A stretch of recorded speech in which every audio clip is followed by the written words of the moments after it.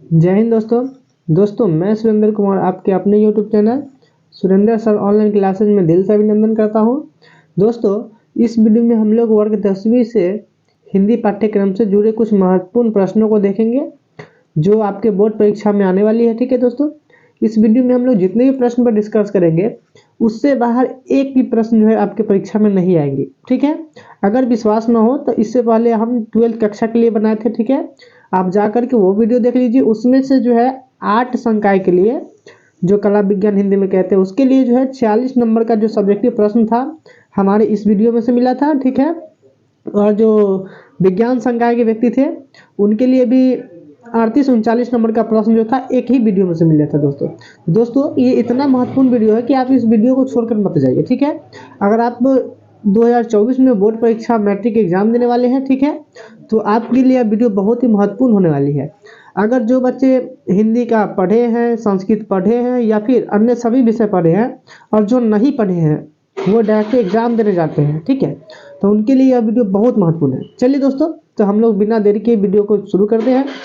दोस्तों आपके बोर्ड परीक्षा में जो प्रश्न आते हैं, सबसे पहले हम लोग प्रश्न का रूपरेखा देख लेते हैं। देखिए आपका जो बोर्ड परीक्षा में जो प्रश्न आते हैं दोस्तों, उस प्रश्न में से सबसे पहला प्रश्न जो होता है दोस्तों, सबसे पहला प्रश्न होता है वो बोलता है गद्यांश। सबसे पहला क्वेश्चन जो होता है उसका नाम होता है गद्यांश। यानी आपको एक गद्यांश दे देगा, बड़ा सा शीर्षक दे देगा, उसको पढ़ करके और उसके नीचे जो है दोस्तों आपको 5 प्रश्न रहेंगे। कितने प्रश्न रहेंगे? 5। उस गद्यांश से आपको 5 प्रश्न रहेंगे। आप इस 5 प्रश्नों को देखिए ध्यान से। 5 प्रश्न रहेगा तो आपको उस पढ़ करके उस 5 प्रश्न का उत्तर देना होता है। ठीक है, चलिए दूसरे नंबर प्रश्न में आएंगे तो दूसरा नंबर प्रश्न भी बोलता है भाई गद्यांश ही है। यानी 2 नंबर प्रश्न भी आपका बोर्ड एग्जाम में, यानी जब सब्जेक्टिव में चलोगे तो पहला तो होगा आपका गद्यांश, यानी पहला का सब्जेक्टिव क्वेश्चन आपको मिल गया गद्यांश। फिर सेकेंड क्वेश्चन में चलेंगे तो सेकेंड क्वेश्चन भी होता है, वो भी आपका क्या होता है? गद्यांश ही होता है। ठीक है, उसी प्रकार से फिर थर्ड में चलेंगे, फिर आगे पेज पलटेंगे तो थर्ड नंबर क्वेश्चन जो आपका बोलेगा कि 5 प्रश्न दे देगा, निम्नलिखित में से किसी एक विषय पर 200 से 250 शब्दों में एक स्वच्छ निबंध प्रस्तुत करना रहता है दोस्तों। ठीक है, तो उसको हम लोग निबंध बोलते हैं। ठीक है, तो देखिए दोस्तों निबंध के लिए हम कुछ महत्वपूर्ण निबंध को देखेंगे। ठीक है, जैसे मैं आपका मेरे प्रिय कवि, ठीक है, बेरोजगारी, समाचार पत्र, प्रदूषण, प्रिय खेल और अनुशासन। ठीक है, और साथ ही साथ हम लोग गणतंत्र दिवस और स्वतंत्र दिवस को भी ध्यान में रखेंगे दोस्तों। ठीक है, चलिए दोस्तों, तो यहाँ पर सबसे पहले हम लोग देखते हैं कि जो निबंध होता है ना, निबंध के लिए आपको जो बोर्ड परीक्षा में 4-5 टॉपिक दे देगा। सबसे पहले मान लीजिए कि मेरे प्रिय कवि पर पूछ लिया है तो उसमें जीवन परिचय दे देगा, जिसको हम लोग भूमिका के नाम से सामान्य तौर पर जानते हैं, उसको भूमिका भी दे देगा। ठीक है, या फिर जीवन परिचय अगर किसी व्यक्ति के बारे में पूछ रहा है तो वहां पर आपको जीवन परिचय दे देगा। ठीक है,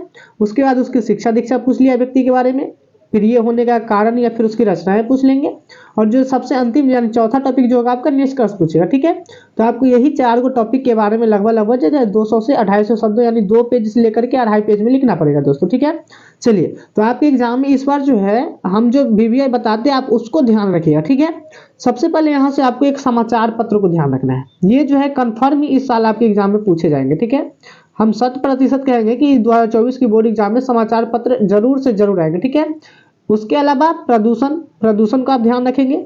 ठीक है, एक समाचार पत्र को आपको ध्यान रखना है, एक समाचार पत्र को, एक प्रदूषण को और एक जो है आपका प्रिय खेल को। बस ये 3 चीज को आपको ध्यान रखना है, महत्वपूर्ण ये 3 तो। और ये जो है गणतंत्र दिवस और स्वतंत्र दिवस, इसको भी आप थोड़ा सा ध्यान रखोगे तो बहुत ही महत्वपूर्ण है। ठीक है, इसके अलावा जो है दोस्तों मेरे प्रिय कवि है, ये उतना इंपॉर्टेंट नहीं है। बेरोजगारी है, ये भी उतना महत्वपूर्ण नहीं है। और अनुशासन का महत्व है, ये भी उतना महत्वपूर्ण नहीं है। ठीक है, लेकिन इसको एक बार पढ़ लीजिएगा, ध्यान में रखिएगा।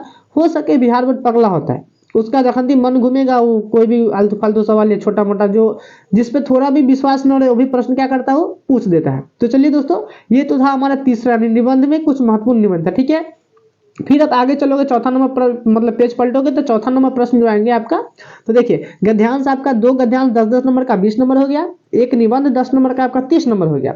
अब चौथा प्रश्न जो होगा वो बोलेगा कि पत्र लेखन होता है ना, हाँ पत्र लिखिए। ठीक है, अब पत्र क्या होगा भाई, तो एक औपचारिक पत्र भी हो सकता है, अनौपचारिक पत्र भी हो सकता है, 2 पत्र रहेगा या फिर संवाद भी हो सकता है। तो उसके स्थान पे आपको किसी एक का जवाब देना रहेगा, जो कि कितने अंकों का रहता है दोस्तों, तो ये 5 अंकों का रहता है। ठीक है, फिर 5 नंबर प्रश्नों में चलेंगे। 5 नंबर प्रश्नों में आइएगा तो बोलेगा लघु उत्तरीय प्रश्न, यानी निम्नलिखित में से किसी 5 प्रश्नों का उत्तर दे, जो कि आपके पाठ्य पुस्तक गोधूली से रहेंगे। ठीक है, उसमें से आपको 10 क्वेश्चन रहेंगे, जिसमें से किसी 5 प्रश्नों का आप उत्तर दीजिएगा। तो ये सभी प्रश्नों के बारे में हम इसी में डिस्कस किए। जो जो प्रश्न हम बताए हैं उसके अलावा एक भी प्रश्न बाहर से नहीं पूछेंगे, ठीक है। चलिए, और सबसे लास्ट प्रश्न होते हैं आपके पेपर का, वो होता है व्याख्या कीजिए, ठीक है। यानी कोई कविता का पंक्ति या फिर कहानी का पंक्ति दे देगा, ठीक है, और पूछ लेगा कि बताइए आप इसको क्या कीजिए, व्याख्या करिए, यानी उसके बारे में आप व्याख्या कर दीजिए। अब व्याख्या में सप्रसंग व्याख्या पूछेगा, अर्थ स्पष्ट करे पूछेगा, भाव स्पष्ट, कुछ भी मतलब वो किसी तरीका से प्रश्न को घुमा करके आपसे पूछ देगा, ठीक है। तो चलिए दोस्तों, हम लोग इस वीडियो को शुरू करते हैं। ये तो था आपका प्रश्न पत्र का रूपरेखा, यानी आपकी बोर्ड परीक्षा में जो प्रश्न पत्र होते हैं उसका रूपरेखा ये हो गया, ठीक है। इसी प्रकार से आपके बोर्ड परीक्षा में सब्जेक्टिव में टोटल 6 प्रश्न होंगे।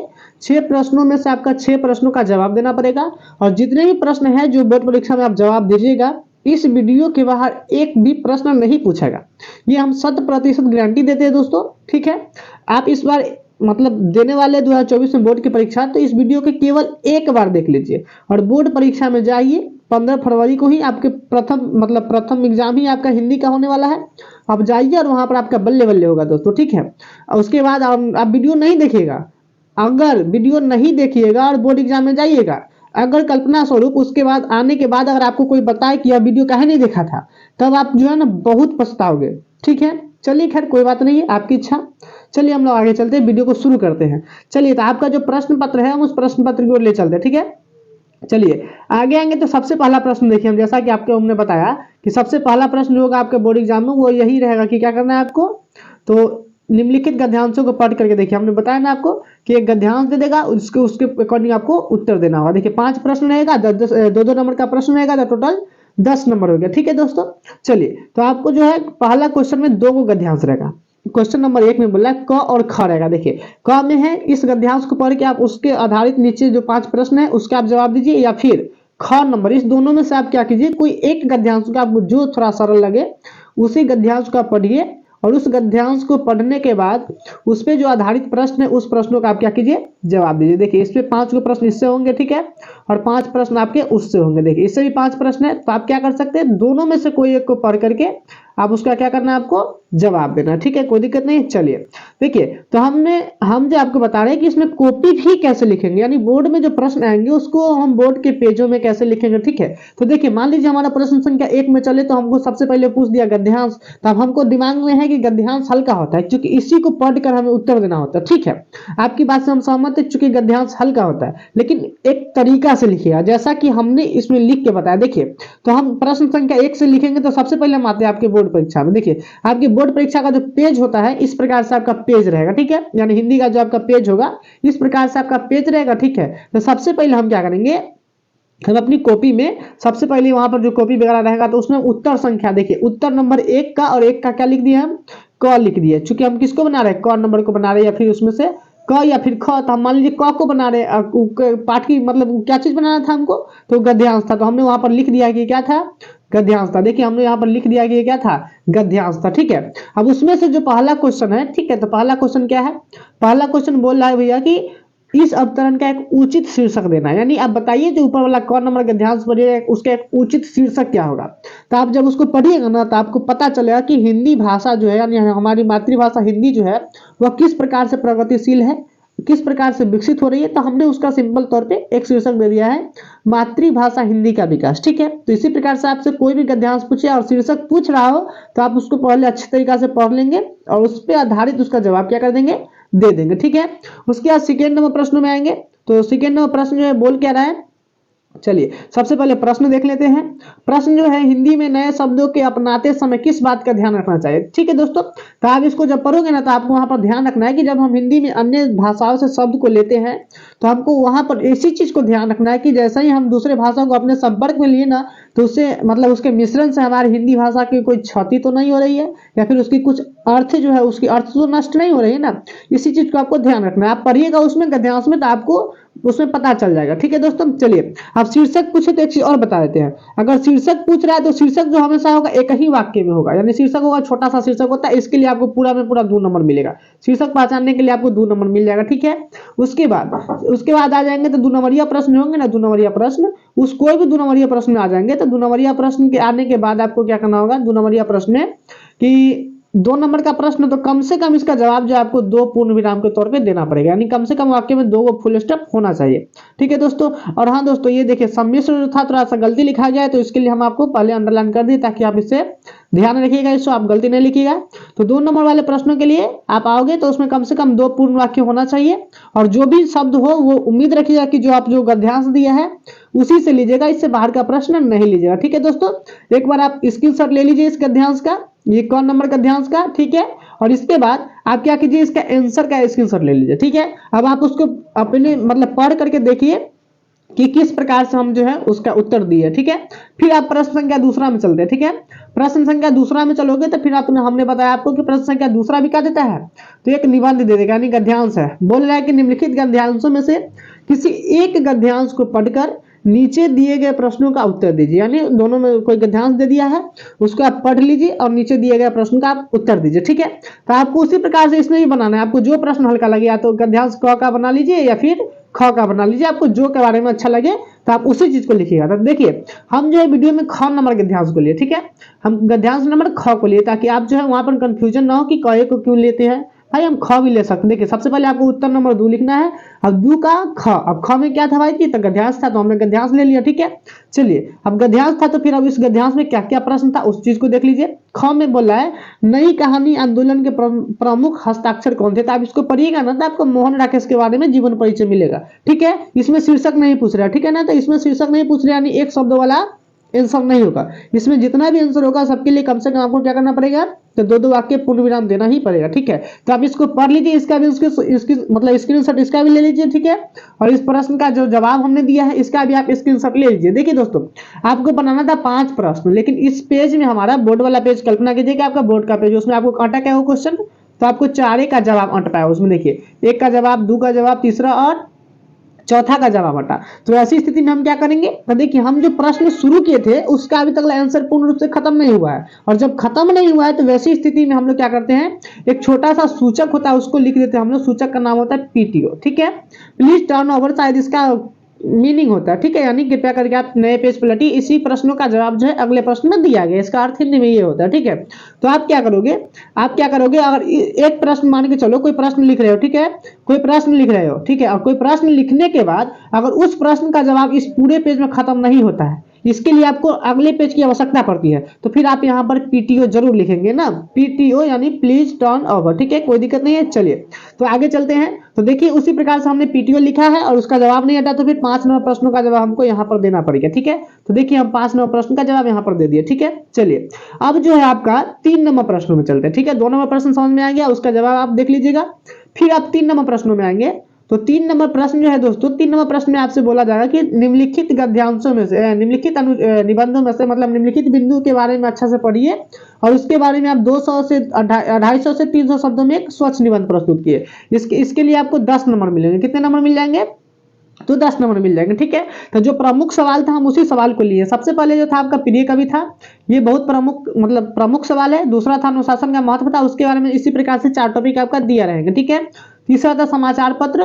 दोस्तों आप समाचार पत्र को इस बार 100% ध्यान रखेंगे। ठीक है, इसके अलावा आप ज्यादा उतना ध्यान नहीं देंगे कोई दिक्कत नहीं है, लेकिन समाचार पत्र आपको याद होना चाहिए। ठीक है, चलिए अब आ जाइए तीसरे नंबर प्रश्न की ओर, मतलब इसमें आ जाइए। तो चौथा में घ प्रदूषण और 5वां में बेरोजगारी, यानी इसी प्रकार से आपसे 5 प्रश्न देंगे बोर्ड में। ठीक है, और किसी एक शीर्षक के बारे में आपको क्या करना रहेगा, निबंध देना रहेगा। तो देखिए हम जो किए यहाँ पर सबसे पहले निबंध में हम प्रिय कवि के बारे में लिख लिए। ठीक है, प्रिय कवि हम मान लेते हैं हमारे प्रिय कवि कोई भी हो सकते हैं ना, तो हम किसी के जीवन परिचय के बारे में लिख सकते हैं। तो हम यहाँ पर अपने प्रिय कवि तुलसीदास जी को मान करके चले। ठीक है, तो चलिए अब देखिए, तो जब 2 नंबर प्रश्न हम लिख रहे थे तो वहां पर हमारे पास बहुत सारा पेज बच गया था। अब छोटा सा ही था, उसका आंसर यहाँ तक खत्म हो गया था, उसके बाद इतना सारा पेज बच गया था।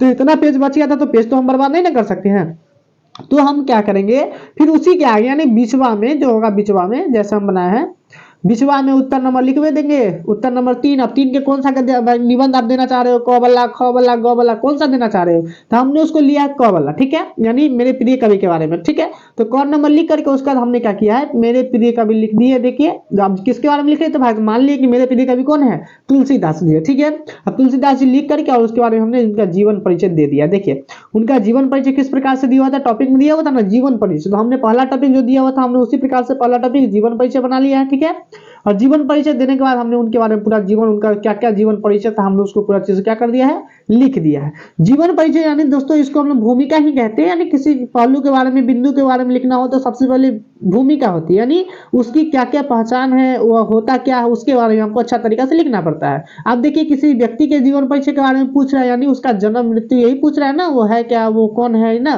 तो इसमें हम लोग क्या करेंगे, उनका पूरा जीवन परिचय डाल देंगे, जन्म से लेकर के जन्म कहाँ हुआ, पत्नी कौन बनी, माता पिता कौन थे, घर कहाँ था, ठीक है, उन्होंने कैसे शिक्षा दीक्षा लिया और वो कब मर गए, कैसे मर गए, इतना चीज तक हम उसमें डालते हैं, ठीक है। चलिए, तो ये तो जीवन परिचय किसी का भी पूछे तो आप इस प्रकार से उसको बनाओगे। अब दूसरा टॉपिक आपको दिया हुआ था कि उसका शिक्षा दीक्षा। अब जो भाई हमारे तुलसीदास जी, उनका शिक्षा दीक्षा किस प्रकार से हुआ, तो ये पूछ रहा था तो हम उसको शिक्षा दीक्षा दे दिए, ठीक है, कोई दिक्कत नहीं है। चलिए अब आगे आइए, तो इसमें से हम 2 नंबर प्रश्न का बनाए हैं, यानी 1 नंबर गद्यांश को ले लिए, 1 नंबर निबंध क को हम बना रहे हैं, ठीक है। तो वहां पर दो टॉपिक हम लिख दिए। फिर आएंगे तीसरे पेज में आएंगे तो फिर उसका हम क्या करेंगे, उसी का बात लिख रहे थे तो हमने वहां पर पीटीओ जरूर दिया होगा दोस्तों। देखिए हम पीटीओ दिए थे कि नहीं, हाँ ध्यान दीजिए, पीटीओ दिया हुआ, यानी इसका मतलब आपने समझ लिया ना कि इस प्रश्न का जवाब यहाँ पर खत्म नहीं हुआ है, इसीलिए हमने वहां पर क्या दिया है, पीटीओ दे दिया, कोई दिक्कत नहीं। चलिए आगे आ जाए, हाँ ठीक है आते हैं। चलिए तो अब आगे देखिए पेज नंबर अगला पलटेंगे। अब अगला पेज में जो आंसर खत्म नहीं हुआ था तो हमने जो आंसर था उसको और लिख दिया उसमें आगे, और उसके आगे लिखने के बाद हम तीसरा टॉपिक लेंगे, यानी जो तीसरा टॉपिक दिले था, हम तो बात खत्म हो जाएगी तो फिर तीसरा टॉपिक तो देना ही पड़ेगा ना। तीसरा टॉपिक दिया हुआ था कि प्रिय होने का कारण और रचनाएं दीजिए, तो हमने दो तरह से टॉपिक बनाया है, प्रिय होने के कारण और रचना को हमने यहाँ पर ले लिया, कोई दिक्कत नहीं। चलिए उसी प्रकार से फिर चौथा टॉपिक बोला निष्कर्ष। निष्कर्ष देखिए दोस्तों, निष्कर्ष मतलब क्या होता है, उस चीज से आप क्या सीख रहे हैं, ठीक है, यानी जिसके बारे में लिख रहे हैं, उनके जैसा हमने तुलसीदास के बारे में लिखे तो उनके जीवन परिचय से हमें कुछ ना कुछ शिक्षा मिलती होगी ना, तो हम उनसे क्या सीख रहे हैं, ठीक है, तो उसी चीज के बारे में बता रहे हैं कि आप उनसे सीख क्या रहे हैं, कोई दिक्कत नहीं है। चलिए और देखिए निष्कर्ष तो है ये जीवन परिचय के बारे में दे दिया, लेकिन अगर मान लीजिए कि आपका बेरोजगारी पर दे रहा है, आतंकवाद पर दे रहा है, तो वैसी स्थिति में आप निष्कर्ष क्या लिखोगे, तो निष्कर्ष मतलब उसके आप शिक्षा क्या ले रहे हो, उसको बचाया कैसे जाएगा, ठीक है, उस पर काबू कैसे पाया जाएगा, ये सभी पहलू को आप उसमें घुसा करके लिख देंगे, ठीक है। और इस प्रकार से आपका कम से कम जो है 2 पेज कम से कम ठेक जाना चाहिए, ठीक है, तब आपको जो है 10 में 10 पूरे नंबर क्या हो जाएंगे, मिल जाएंगे। एकदम साफ साफ लिखिएगा, अगर कल्पना कीजिए बीच में आपसे कोई गलत भी हो जाता है तो उसको आप छोड़ दीजिएगा, ठीक है। तो ये देखिए हमने एक निबंध तैयार कर दिया, तो आप भी बोर्ड में इसी प्रकार से निबंध को क्या करोगे, तैयार करोगे, ठीक है। चलिए अब तो ये निबंध हो गया। तो दोस्तों आपके बोर्ड परीक्षा में कुछ महत्वपूर्ण निबंध जो है इस बार पूछे जाने वाले, तो उसको हमने यहाँ पर दिखा दिया है। देखिए पहला उसमें से जो महत्वपूर्ण था उसका नाम था बेरोजगारी। बेरोजगारी जो है बहुत महत्वपूर्ण है, ये जो है 12th की परीक्षा में भी इस बार पूछा है, तो आप इस बेरोजगारी को ध्यान रखोगे। अब जैसा कि बेरोजगारी में आपने देखा यहाँ पर कि 4 टॉपिक दे दिया है। पहला टॉपिक है भूमिका, पहला भूमिका यानी बेरोजगारी क्या होती है उसके बारे में लिखना है। कारण, बेरोजगारी उत्पन्न कैसे होता है वो लिखना है। दुष्परिणाम यानी इसका क्या क्या दुष्परिणाम होता है वो चीज लिख देना है। और चौथा जो उपसंहार को सामान्य तौर पे हम 10th के लिए बता देते हैं कि निष्कर्ष वाली बात हम उपसंहार में लिखते हैं, ठीक है। निष्कर्ष मतलब आप क्या सीख रहे हो, और उपसंहार मतलब आप उसको बचाने के लिए, उस चीज से छुटकारा पाने के लिए क्या चीज प्रयत्न कर रहे हो, कैसे प्रयास करोगे, उसी चीज को आपको वहां पर देना पड़ता है, ठीक है। 10वां में तो ये आसान कर देता है, आपको टॉपिक दे देता है, लेकिन वर्ग 12th में जाएंगे तो आपके कोई टॉपिक नहीं देता है। वहां पर आपकी मानसिकता जांच करता है कि जो बच्चे होते हैं उसके बारे में कितना सोच सकते हैं, ठीक है। तो आपको टॉपिक देकर आसान कर दिया, तो आप इसमें उसका बचाव कैसे करोगे वो चीज क्या कर दोगे, लिख दोगे। तो चलिए आप इसका स्क्रीनशॉट ले लीजिए, बहुत ही महत्वपूर्ण है, ठीक है। देखिए बेरोजगारी है, इसका स्क्रीनशॉट ले लीजिए स्क्रीनशॉट, हाँ स्क्रीनशॉट ले लीजिए इसका, ठीक है। अब चलिए इसका फिर आगे आते हैं, आगे आइएगा तो जो है यहाँ तक स्क्रीनशॉट ले लीजिए। ये आपका बेरोजगारी क्लियर हो गया। अब बेरोजगारी के बाद जो है दोस्तों आप आओगे तो फिर अगला जो है महत्वपूर्ण है वो समाचार पत्र है। तो समाचार पत्र क्या होते हैं उसका हमने पूरा इतिहास दे दिया। पहला टॉपिक आपसे भूमिका पूछा था, दूसरा समाचार पत्र का इतिहास पूछ दिया, महत्व यानी फायदा पूछा है, और चौथा जो आपका निष्कर्ष यानी आप उसको कैसे बचा कर रखोगे, उससे क्या मतलब क्या फायदा होती है हमें, उससे आप क्या सीखे उस चीज को आपको लिख देना है, कोई दिक्कत नहीं है। आप इसका भी स्क्रीनशॉट ले लीजिए और इसको 100% याद रखिएगा, ठीक है।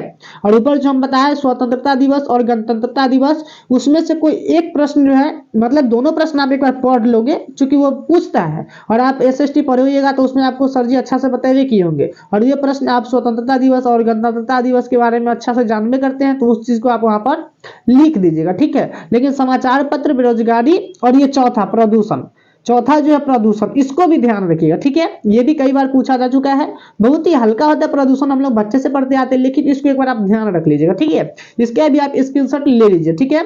चलिए, इसका प्रदूषण के प्रकार देखिए, प्रदूषण के प्रकार यानी जो जो टॉपिक में दिया था हमने उसी को लिया है, तो आपको यहाँ पे स्क्रीनशॉट ले लेना है और घर पे आपको नोट कर लेना है। 5 दिन एग्जाम का बचा हुआ, ठीक है। और नोट नहीं कीजिएगा तो जो हम 100% बताया उसको केवल लिख लीजिएगा, इसको एक बार पढ़ लीजिएगा, ठीक है। चलिए, पांचवा हमारे जो निबंध महत्वपूर्ण है उसका नाम है अनुशासन, यानी अनुशासन का महत्व क्या है, तो उसके बारे में भी आप यहाँ पे स्क्रीनशॉट ले लीजिए, ये एक बार देख लीजिएगा, ठीक है। चलिए, अब हम जैसे ही प्रश्न संख्या चौथा में चलेंगे, ठीक है। हमारा 3 नंबर प्रश्न कंप्लीट हो गया दोस्तों, ठीक है। अब हम प्रश्न संख्या चौथा में आते हैं। तो जब प्रश्न संख्या चौथा में चलेंगे तो चौथा में आपसे क्या पूछेगा, जैसे कि हमने वहां पर प्रश्न संख्या की रूपरेखा देखे थे प्रश्नों का, यानी वर्ग 10वीं में प्रश्नों का रूपरेखा देखे थे, तो उसमें वहां पर हमने चौथा प्रश्न में देखा था कि पत्र लेखन, यानी पत्र लेखन होता है ना, तो पत्र लेखन जो होता है, पत्र में ये देखिए, एक होता है औपचारिक पत्र, एक पत्र जो होता है कौन सा पत्र होता है, औपचारिक पत्र, और एक पत्र होता है अनौपचारिक पत्र। तो ठीक है, तो सबसे पहले हम औपचारिक पत्र के बारे में जानते हैं, ठीक है। औपचारिक पत्र क्या होता है दोस्तों, देखिए, औपचारिक पत्र जो होता है दोस्तों, औपचारिक प्रश्न में दिया रहता है, यानी आपके प्रधानाध्यापक के पास उपचार के लिए, ठीक है। जरूरी नहीं कि प्रधानाध्यापक के पास ही दे, कभी कभी मुखिया महोदय के पास दे सकता है, ग्राम पंचायत के पास दे सकता है, शाखा प्रबंधक के पास दे सकता है, किसी के पास भी दे देगा, ठीक है। और बोलेगा क्या कि आप उसमें किसी उपचार के लिए उनके एक आवेदन पत्र लेकर के कह दिए संबोधित कीजिए, ठीक है। तो आप उस प्रश्न को कैसे लिखोगे, देखिए, आप सबसे पहले क्या करोगे, बीच में उत्तर संख्या लिखोगे 4 नंबर, अब 4 में क बनाओगे, और अथवा में जो जाओगे तो आप अथवा में अनौपचारिक पत्र दे देगा, ठीक है। अगर अनौपचारिक न देगा तो फिर वहां पर आपसे संवाद पूछ लेगा, तो आप उस दोनों में से कोई एक प्रश्न को बनाओगे, ठीक है। तो हम सबसे आसान इसी को मानते हैं, यानी औपचारिक जो होता है प्रधानाध्यापक के पास एक पूछता है और बहुत आसान होता है लिखना, तो हम इसी को लेकर के चलते, ठीक है। तो सबसे पहले हम क्या करेंगे, वहां पर एक वीडियो, मतलब सबसे पहले हम वहां पर एक स्टार बनाकर, मतलब छोटा सा एक बक्सा बना करके जो हम नीचे बता दिए हैं, ठीक है। तो उस परीक्षा के पेपर का जो कॉपी का पेज होगा, उसमें हम सबसे पहले कोना में क्या करेंगे, एक छोटा सा बक्सा बना करके उसमें आप अपना परीक्षा भवन का स्थान लिख देंगे, यानी मुजफ्फरपुर आपका सेंटर पड़ेगा लगभग, तो आप अपना सेंटर का स्थान लिख लेंगे और किस तिथि को आप परीक्षा दे रहे हैं, ठीक है, उस तिथि को आप वहां पे क्या कर लेंगे, लिख लेंगे, कोई दिक्कत नहीं है। चलिए, उसके आगे आएंगे तो फिर हमको उसी के देखिए कोना पकड़ के आइएगा, और कोना पकड़ के आइएगा तो शुरुआती कीजिएगा सेवा में, चूंकि सेवा में हम क्या लिख रहे हैं, तो अनौपचारिक पत्र है, औपचारिक पत्र है, तो हमको सेवा तो देना पड़ेगा ना दोस्तों, ठीक है। चलिए, किसके पास लिख रहे थे, तो श्रीमान प्रधानाध्यापक महोदय। अगर कल्पना कीजिए आपके प्रधानाध्यापक के पास न पूछकर किसी और के पास पूछ दे, तो फिर वैसी स्थिति में हम क्या करेंगे, तो वैसी स्थिति में प्रधानाध्यापक अगर मुखिया के पास पूछता है तो हम मुखिया लगा देंगे, ठीक है, श्रीमान मुखिया महोदय, ठीक है। अगर शाखा प्रबंधक के पास पूछता है तो हम शाखा प्रबंधक महोदय लगा देंगे, ठीक है, कोई दिक्कत नहीं है। चलिए, तो हम यहाँ पर लिख रहे हैं प्रधानाध्यापक के बारे में, तो प्रधानाध्यापक जी रहते कहाँ भैया, तो आपके विद्यालय में रहते, तो आप अपना विद्यालय का नाम डाल दोगे, यानी आपका जो भी विद्यालय होगा, ठीक है ना, आपका जो भी विद्यालय होगा आप अपना अपना विद्यालय का नाम यहाँ पर क्या कर लोगे, डाल लोगे। जैसे माध्यमिक उत्क्रमिक विद्यालय सकरा हमने एक सिंपल समझाने के लिए डाल दिया है, तो आप अपना अपना विद्यालय का नाम डाल लोगे, ठीक है। उसके बाद आप आओगे, एक लाइन स्किप कर दोगे, यानी एक लाइन छोड़ना है आपको, कॉपी का पेज जो होगा एक लाइन छोड़ करके, और उसके नीचे से आप सेवा में जो सीरीज है उसी के नीचे से आप क्या लिख लोगे, विषय लिख लोगे, ठीक है। अब जैसा ही विषय लिखोगे तो विषय आपको प्रश्न में दे दिया होगा कि किस लिए आप जो एक आवेदन पत्र लिखे, ठीक है। तो मान लीजिए कि आपका जो विषय था वो क्या, हम प्रश्न में देखिए क्या था, प्रश्न जो बोल रहा था कि देखिए परीक्षा शुल्क माफ करने के संबंध में लिखना था, तो हमने क्या लिखा है यहाँ पर विषय में दे दिया कि परीक्षा शुल्क माफ करने के संबंध में, ठीक है। उसके बाद आपको लिखना है महाशय, उसके बाद क्या लिखना है, महाशय, ठीक है। महाशय लिखने के बाद सविनय निवेदन कहना है कि मैं, उसके बाद अपना नाम लिख लीजिएगा, यानी अपना नाम जो भी हो, मान लीजिए मेरा नाम राहुल है, तो सविनय निवेदन कहना है कि मैं राहुल कुमार आपके विद्यालय में वर्ग 10वीं का एक छात्र हूं, या फिर लड़की होंगे तो वो छात्रा लगा लेंगे, ठीक है। अगर कल्पना कीजिए अगर आप 12th क्लास में चलेगा और इसी चीज को लिखना होगा, तो आपके महाविद्यालय, यानी आप 10वीं में तो विद्यालय कर देंगे उसको, और उच्च वर्ग में चलेगा तो उसको महाविद्यालय कर देंगे, ठीक है। और बीए में चले जाएंगे तो उसको विश्वविद्यालय कर देंगे, यानी उच्च क्लास में जैसे जैसे चले जाएंगे उसका नाम वैसे वैसे परिवर्तन करते चले जाएंगे, लेकिन लिखेंगे सेम तरीके से, ठीक है। तो आपके विद्यालय में वर्ग 10वीं का एक छात्र हूं, ठीक है। चलिए, अब लिखना था हमें शुल्क माफ करने के लिए, परीक्षा शुल्क माफ करने के लिए, तो उसके लिए हमें तो कुछ गरीबी वगैरह यानी कुछ कारण तो बताना पड़ेगा ना। तो उसमें हमने लिखा है कि मेरे पिताजी एक चतुर्थ श्रेणी के कर्मचारी हैं, इनकी मासिक आय जो है बहुत ही कम है, जिसके कारण परिवार के जीवन निर्वाह में कठिनाई होती है, ठीक है। तो हमने इस चीज को लिखा है, आप अपना मर्जी से किसी भी तरीका से आपका जो कारण हो उस कारण को वहां पर लिख दीजिएगा, ठीक है। लेकिन हाँ, पहला जो बात है यहाँ तक 10वीं कक्षा का छात्र, ये चीज सेम लिखाएगा सब में, ठीक है। उसके बाद अपने जो आपका जो समस्या है उस समस्या को लिखने के बाद पैराग्राफ चेंज करके आता है, श्रीमान से निवेदन है कि मेरी उपयुक्त बातों पर ध्यान देकर परीक्षा शुल्क माफ करने की कृपया करें, इसके लिए मैं श्रीमान का सदा आभारी रहूंगा। ये चीज जो है नीचे पूरा तरह का सेम लिखाएगा, ठीक है। देखिए यहां तक सेम लिखाएगा, उसके बाद यहां से लेकर के पूरा चीज नीचे वाला क्या लिखाता है, सेम लिखाता है। बस थोड़ा सा आपको कारण या बिचवा में थोड़ा सा कारण आपको चेंज कर देना, कोई दिक्कत नहीं है, ठीक है। चलिए अब आते हैं आगे। तो वहां तक आपका देखिए, तो अतः लिखने के बाद आप फिर क्या करोगे, एक लाइन स्किप कर दोगे। स्किप करने के बाद आपका आज्ञाकारी छात्र या छात्रा अपना नाम लिख दोगे, कक्षा जिस कक्षा में हो आप अपना कक्षा लिख करके पोस्ट में क्रमांक जरूर लिख दीजिएगा, यानी अपना रोल नंबर लिख दीजिएगा, ठीक है। चलिए तो इसी प्रकार से जो है दोस्तों ये हो गया आपका औपचारिक पत्र, जो औपचारिक होते हैं प्रश्न, औपचारिक प्रश्न खत्म हो गया, ठीक है। इसका आप एक बार स्क्रीनशॉट ले लीजिए, ठीक है, ताकि आप जो है इसको समझ सकते हैं, ठीक है। चलिए स्क्रीनशॉट ले लिए। अब देखिए ये कुछ प्रमुख प्रश्न है जो आपके बोर्ड परीक्षा में पूछे जाएंगे, ठीक है। और ये प्रश्न का आप तैयारी कर लेते तो इसके अलावा आपका वर्ग 10वीं में 12th में कहीं भी जाइए, इसके अलावा प्रश्न आपसे बोर्ड पूछेगा नहीं। ये बोर्ड पगला बोर्ड है, आलतू फालतू सवाल पूछते रहता है और इस प्रकार के प्रश्न को हमेशा दोहराता है। तो ये प्रश्न आप तैयारी कर लीजिए, इसके अलावा प्रश्न नहीं पूछेंगे, ठीक है। चलिए तो ये तो हो गया औपचारिक। तो इस औपचारिक प्रश्न मान लीजिए हम औपचारिक बनाएंगे, हमें आसान लगता है तो हम औपचारिक बना लेते हैं, ठीक है। तो आपका बोर्ड का पेपर ऐसा रहेगा, देखिए हम जैसा आपको ऊपर बताया वैसा हमने इसमें क्या कर दिया है, प्रश्न को बना दिया। सबसे पहले हम ऊपर लिख लिए उत्तर संख्या 4 और 4 का क नंबर बना रहे थे तो हम क लिख लिए, बक्सा बना लिए और सेवा में श्रीमान प्रधानाध्यापक महोदय, हम अपने विद्यालय का नाम डाल दिए। विषय था तो अवकाश के संबंध में हमने बनाया तो आप अवकाश के संबंध में लिख दीजिए, ठीक है। उसके बाद आ जाइए महाशय में। तो महाशय में बस वही जो हमने बताया वही लिखा कि सबने निवेदन करना है कि मैं अमन कुमार आपके विद्यालय में वर्ग 10वीं का सेक्शन हमारा ए था तो हम लिख दिए, कोई दिक्कत नहीं है, का एक छात्र हूँ, ठीक है। मेरे घर पर एक बहुत ही जरूरी कार्य आ गया है जिसके कारण मैं अपने विद्यालय में, ठीक है, दिनांक 15/02/24 से लेकर के दिनांक 16/02/24 तक अनुपस्थित रहूंगा, ठीक है। पैराग्राफ चेंज करके हमने वही चीज लिख दिया। तो श्रीमान से निवेदन है कि उपयुक्त बातों पर ध्यान देकर मुझे 2 दिनों की छुट्टी देने की कृपया करें, इसके लिए मैं श्रीमान का सदा आभारी रहूंगा, ठीक है। उसके बाद आपका आज्ञाकारी छात्र अपना नाम लिख दिए, वर्ग लिख दिया और अपना सेक्शन लिख दिया, कोई दिक्कत नहीं। तो इस प्रकार से हम लिख लेंगे, ठीक है। लेकिन अब कल्पना कीजिए कि आप जो है औपचारिक पत्र आपसे नहीं पूछा, औपचारिक की जगह अगर आपसे अनौपचारिक पूछ ले तो अनौपचारिक पत्र लिखने के लिए तो उसको सीखना पड़ेगा। तो अनौपचारिक पत्र जो होता है दोस्तों, देखिए अनौपचारिक पत्र देख लीजिए। अनौपचारिक पत्र क्या होता है, तो अपने सगा संबंधी, एक तौर पे कह सकते हैं अपने सगा संबंधी, यानी इसमें बता रहा है क्या चीज बता रहा है कि अपने भाई बहन चाचा दादा या रिश्तेदारों अन्य किसी भी रिश्तेदार के पास लिखिए। तो वैसे पत्र को हम लोग क्या बोलते हैं, अनौपचारिक पत्र बोलते हैं, ठीक है। अब अनौपचारिक पत्र जो लिखते हैं तो अनौपचारिक पत्र लिखने के लिए हमें कुछ संबोधन देना पड़ता है, ठीक है। आप कल्पना कीजिए कि आपको पिताजी के पास लिखना है, माता जी के पास लिखना है या फिर गुरु जी के पास लिखना है। अगर ये तीनों के पास लिखना हो तो वैसी स्थिति हम क्या करेंगे, पूज्य लगाते, क्या लगाते हैं, पूज्य। जैसे माता के पास लिखना तो पूजनीय माता जी, पिताजी के पास में पूजनीय पिताजी या पूज्यवर पिताजी, गुरुजी जो भी है आप लगा लेंगे, पूज्य लगा लेंगे, ठीक है। इसके अलावा आपसे बड़े हो जाएंगे चाचा चाची भैया भाभी जो भी हो जाए तो उसके लिए आप आदरणीय लगा लेते, ठीक है। और छोटे और चाहे आपके मित्र होते तो उसके लिए प्रिय लगा लेते, कोई दिक्कत नहीं, ये आप सीखे होंगे, ठीक है। और नहीं सीखे तो आप यहाँ पर स्क्रीनशॉट ले लीजिए, ठीक है, ले लीजिए स्क्रीनशॉट ले लीजिए एक बार। चलिए स्क्रीनशॉट ले लिए। तो हम तो इसका क्या कर दिए, संबोधन के लिए हम सीख लिए, यानी अनौपचारिक पत्र जो होता है वो दादा दादी यानी अपने रिश्तेदारों के लिए लिखी जाती है और इस पत्र को लिखने के लिए हमें संबोधन की आवश्यकता पड़ती है। संबोधन क्या होता है, पूज्य होता है जो कि माता पिता और गुरुजन के लिए लगते हैं, ठीक है। आदरणीय जो होता है सभी बड़े लोगों के लिए लगाते हैं हम लोग, जो अनजान हो चाहे जान पहचान को सभी बड़े लोग के लिए लगाते हैं, ठीक है, माता पिता और गुरु को छोड़ करके। उसके बाद जो प्रिय जो है हम भाई बहन और मित्र इत्यादि वगैरह के लिए क्या करते हैं, लगाते हैं जो हमसे छोटे हो जाए, ठीक है। चलिए आ जाइए अब उसी प्रकार से सॉरी छोटा सा देख लीजिए, हाँ नीचे आ जाइए। तो नीचे आएंगे तो अभिवादन और समापन किस प्रकार से करेंगे। अब तो हम संबोधन देख लिए, अब उस पत्र में अभिवादन किस प्रकार से करेंगे, यानी सबसे पहले जिस प्रकार से आप कॉल से बात करते हैं ना बस वही चीज है, लेकिन इसको आपको लिखित रूप में देना है, ठीक है। जैसे कल्पना की जाए पिताजी के पास कॉल किए तो बोलेंगे प्रणाम पप्पा, नाम गोर लगले पप्पा, है ना करवाओ, एक और तो कुछ नहीं बोलेगा। कैसे बोलेगा, गोर लगले पप्पा फलना बोल। बाबू का नाम ले सकते हो, नहीं ले सकते हो, ठीक है। बाबू का नाम लोगे तो तुम्हारा कल्याण हो जाएगा। रुक बेटा बच्ची तो बत बच्ची तोरा ना बहक गए तो कोई दिक्कत नहीं है।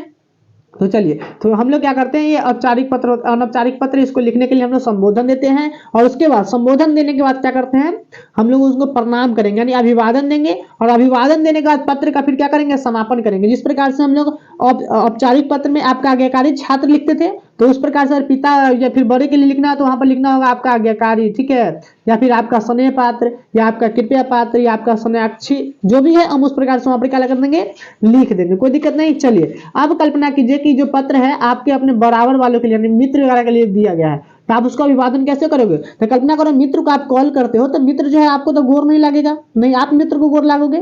तो वैसी स्थिति में सप्रेम या फिर नमस्ते या फिर नमस्कार का प्रयोग कर सकते हो। ठीक है, चलिए उसी प्रकार से इसको खत्म करेंगे। तो आज तुम्हारा शुभाकांक्षी या फिर अभिन्न स्नेही, तुम्हारा हितैषी, फलना चिल्ला, कुछ भी आप लगा सकते हो। ठीक है, चलो इसका भी आप स्क्रीनशॉट ले लो। चलो तो अब जो है ये तो हो गया अनौपचारिक पत्र। तो देखिए अनौपचारिक पत्र को भी कैसे लिखते हैं, तो हमने कहीं से 2-3 प्रश्न उठाया जो महत्वपूर्ण प्रश्न था। ठीक है, देखिए जन्मदिन के उपलक्ष्य में अपनी छोटी बहन को एक बधाई पत्र लिखे। तो हमने पहले क्या बताया कि आपको सबसे पहले संबोधन देना होगा। तो संबोधन देने के लिए किसके लिए लिख रहे हैं? तो छोटी बहन यानी छोटी है, तो छोटी के लिए हमने क्या लगाते हैं? प्रिय लगाते हैं। तो देखिए हमने प्रिय दे दिया। मान लीजिए मेरी सिस्टर जो है परी है, तो हमने लगा ली प्रिय परी। ठीक है, आपका भी सिस्टर परी है तो हम प्रिय परी लगा लेते, कोई दिक्कत नहीं। और उस प्रकार से जिस प्रकार से हम बक्सा बना करके वहां पर दिनांक लिखते थे और वहां पर क्या लिखते थे? अपना स्थान लिखते थे, मतलब समय लिखा गया इसमें। आप क्या करोगे? वहां पर अपना परीक्षा भवन का स्थान लिख लोगे। ठीक है, और दिनांक लिख लोगे। ठीक है, और उसके बाद आप इस पत्र को लिख लोगे, शुरू कर लोगे। ठीक है, उसके बाद अंत में जब पत्र का समापन करेंगे, अभिवादन, देखिए इसमें जो है अभिवादन नहीं दिया गया है। तो आप क्या कीजिए, हम जो है ना एमबीडी से उठाए तो एमबीडी थोड़ा सा गलती दे दिया है। अब यहाँ पर अभिवादन देना चाहिए। अब छोटी है तो छोटी द प्रिय परी। अब छोटी कोई हमको कॉल करेगा तो कहेगा ना भैया गोर लगत छियो, तो छोटी तो यहाँ बोल नहीं रही है। तो ऐसी स्थिति में हमको क्या करना है? एक अनुभव देना है। तो फिर प्रिय परी लिख करके और नीचे से हमको उसको देना पड़ता, शुभ आशीर्वाद। ठीक है, हमको देना पड़ता। ठीक है, तो उसके लिए हम यहाँ पर जो एमबीडी वाला है वो नहीं दिया, तो आप यहाँ पर उसको छोटा सा क्या कर लीजिएगा? एक अभिवादन दे दीजिएगा, कोई दिक्कत नहीं है। चलिए, और उसके बाद जब पत्र को समापन करोगे तो एक लाइन स्किप करने के बाद तुम्हारी बड़ी बहन, कल्पना करो आप बड़ी बहन है और पत्र लिख रहे तो तुम्हारी बड़ी बहन या फिर तुम्हारा भैया, तुम्हारा अग्रज, तुम्हारा अग्रज। ठीक है, तो अग्रज होगा क्योंकि आप बड़े हैं, और छोटे को पत्र लिख रहे हैं तो तुम्हारा अग्रज हो जाएगा, या फिर तुम्हारा प्रिय मित्र, और मित्र के पास लिख रहे होते तो तुम्हारा क्या हो जाता? प्रिय मित्र हो जाता। ठीक है, चलिए उसी प्रकार से ये प्रश्न को भी आप क्या रखेंगे? ध्यान रखेंगे। पैसे के लिए अपने पिताजी के पास एक पत्र लिखे। जो प्रश्न हम दिए इसको ध्यान रख लीजिएगा दोस्तों। ठीक है, अगर मान लीजिए औपचारिक ना पूछे तो अनौपचारिक पक्का है कि इससे बाहर एक सवाल नहीं पूछेगा, पूछेगा इसी से पूछेगा, इससे बाहर नहीं पूछेगा। ठीक है, तो इसको भी आप ध्यान रख लीजिएगा। ठीक है, चलिए 6 नंबर प्रश्न है, बोर्ड परीक्षा की तैयारी का वर्णन करते हैं। अपने मित्र के पास एक पत्र लेके अपने मित्र को एक पत्र लिखे। देखिए मित्र के लिए क्या लिखिए?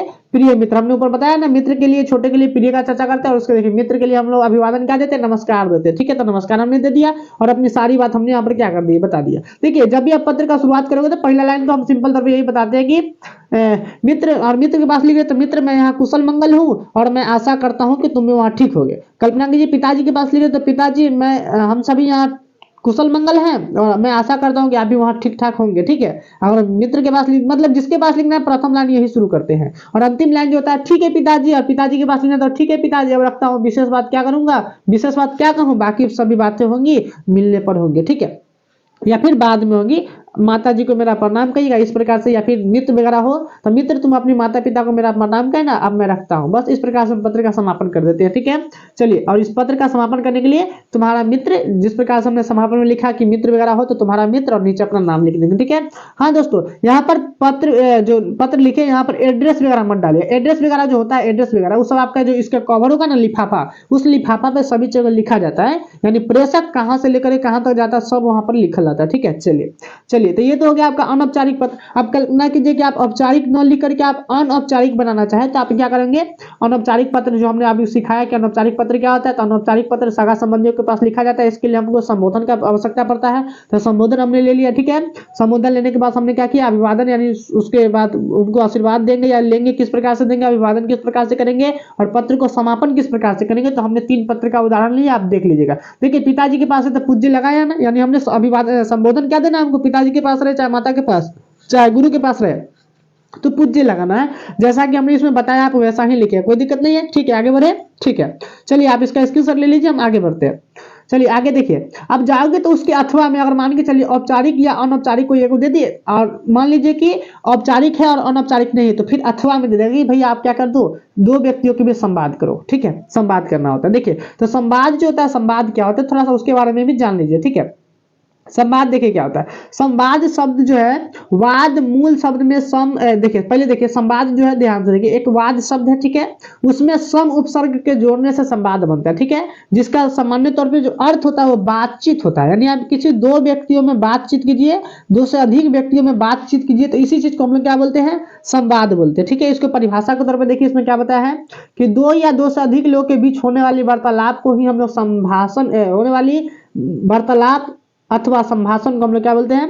तो उसको हम लोग बोलते हैं संवाद बोलते हैं, कोई दिक्कत नहीं है। चलिए अब संवाद लिखने के लिए हम लोग क्या करते हैं, संवाद के दो अंग होते हैं दोस्तों, क्या होते हैं, दो अंग होते हैं, संवाद के दो अंग होते हैं। सबसे पहले संवाद होगा तो कम से कम दो व्यक्तियों के लिए होगा, ठीक है, तो इसके लिए हम दो अंग मानते हैं, ठीक है। दो अंग कौन कौन होता है, एक होता है श्रोता और एक होता है वक्ता, ठीक है। वक्ता मतलब होता है जो बोल रहा है, और श्रोता मतलब क्या होता है, जो सुन रहा है, ठीक है। जो चीज आप यहाँ पर दिया गया, देखिए इसके बारे में अच्छा से दिया गया है, आप इसको ध्यान रखेंगे, श्रोता और वक्ता, ठीक है। श्रोता मतलब वक्ता, वक्ता मतलब बोलने वाला, जो बोल रहा है किसी दूसरे व्यक्ति को, और जो सुन रहा है वो श्रोता हो जाएगा, ठीक है। तो चलिए इस प्रकार से आपको क्या करना है, 5 नंबर के प्रश्नों में ये सवाल पूछेगा, तो आप क्या करोगे, 5 बार दो व्यक्तियों को कल्पना रूप से मान लेना है। देखिए मान लीजिए कि हमको संवादे अच्छा लगा तो हम संवादे लिख लेंगे, बहुत हल्का होता है, ठीक है। तो सबसे पहले मान लीजिए हम दो कल्पना किए कि एक व्यक्ति रवि और एक व्यक्ति क्या है, अमर है। तो देखिए ये दोनों व्यक्ति का नाम लिखने के बाद हम क्या करेंगे, उसके आगे दो को विसर्ग लगाते हैं। हम लोग हिंदी का जो इसको सामान्य में दो ठप्पा कर इसको हम लोग विसर्ग कर देते हैं, और इसी विसर्ग को हिंदी में संवाद का चिन्ह माना जाता है। किसका चिन्ह माना जाता है,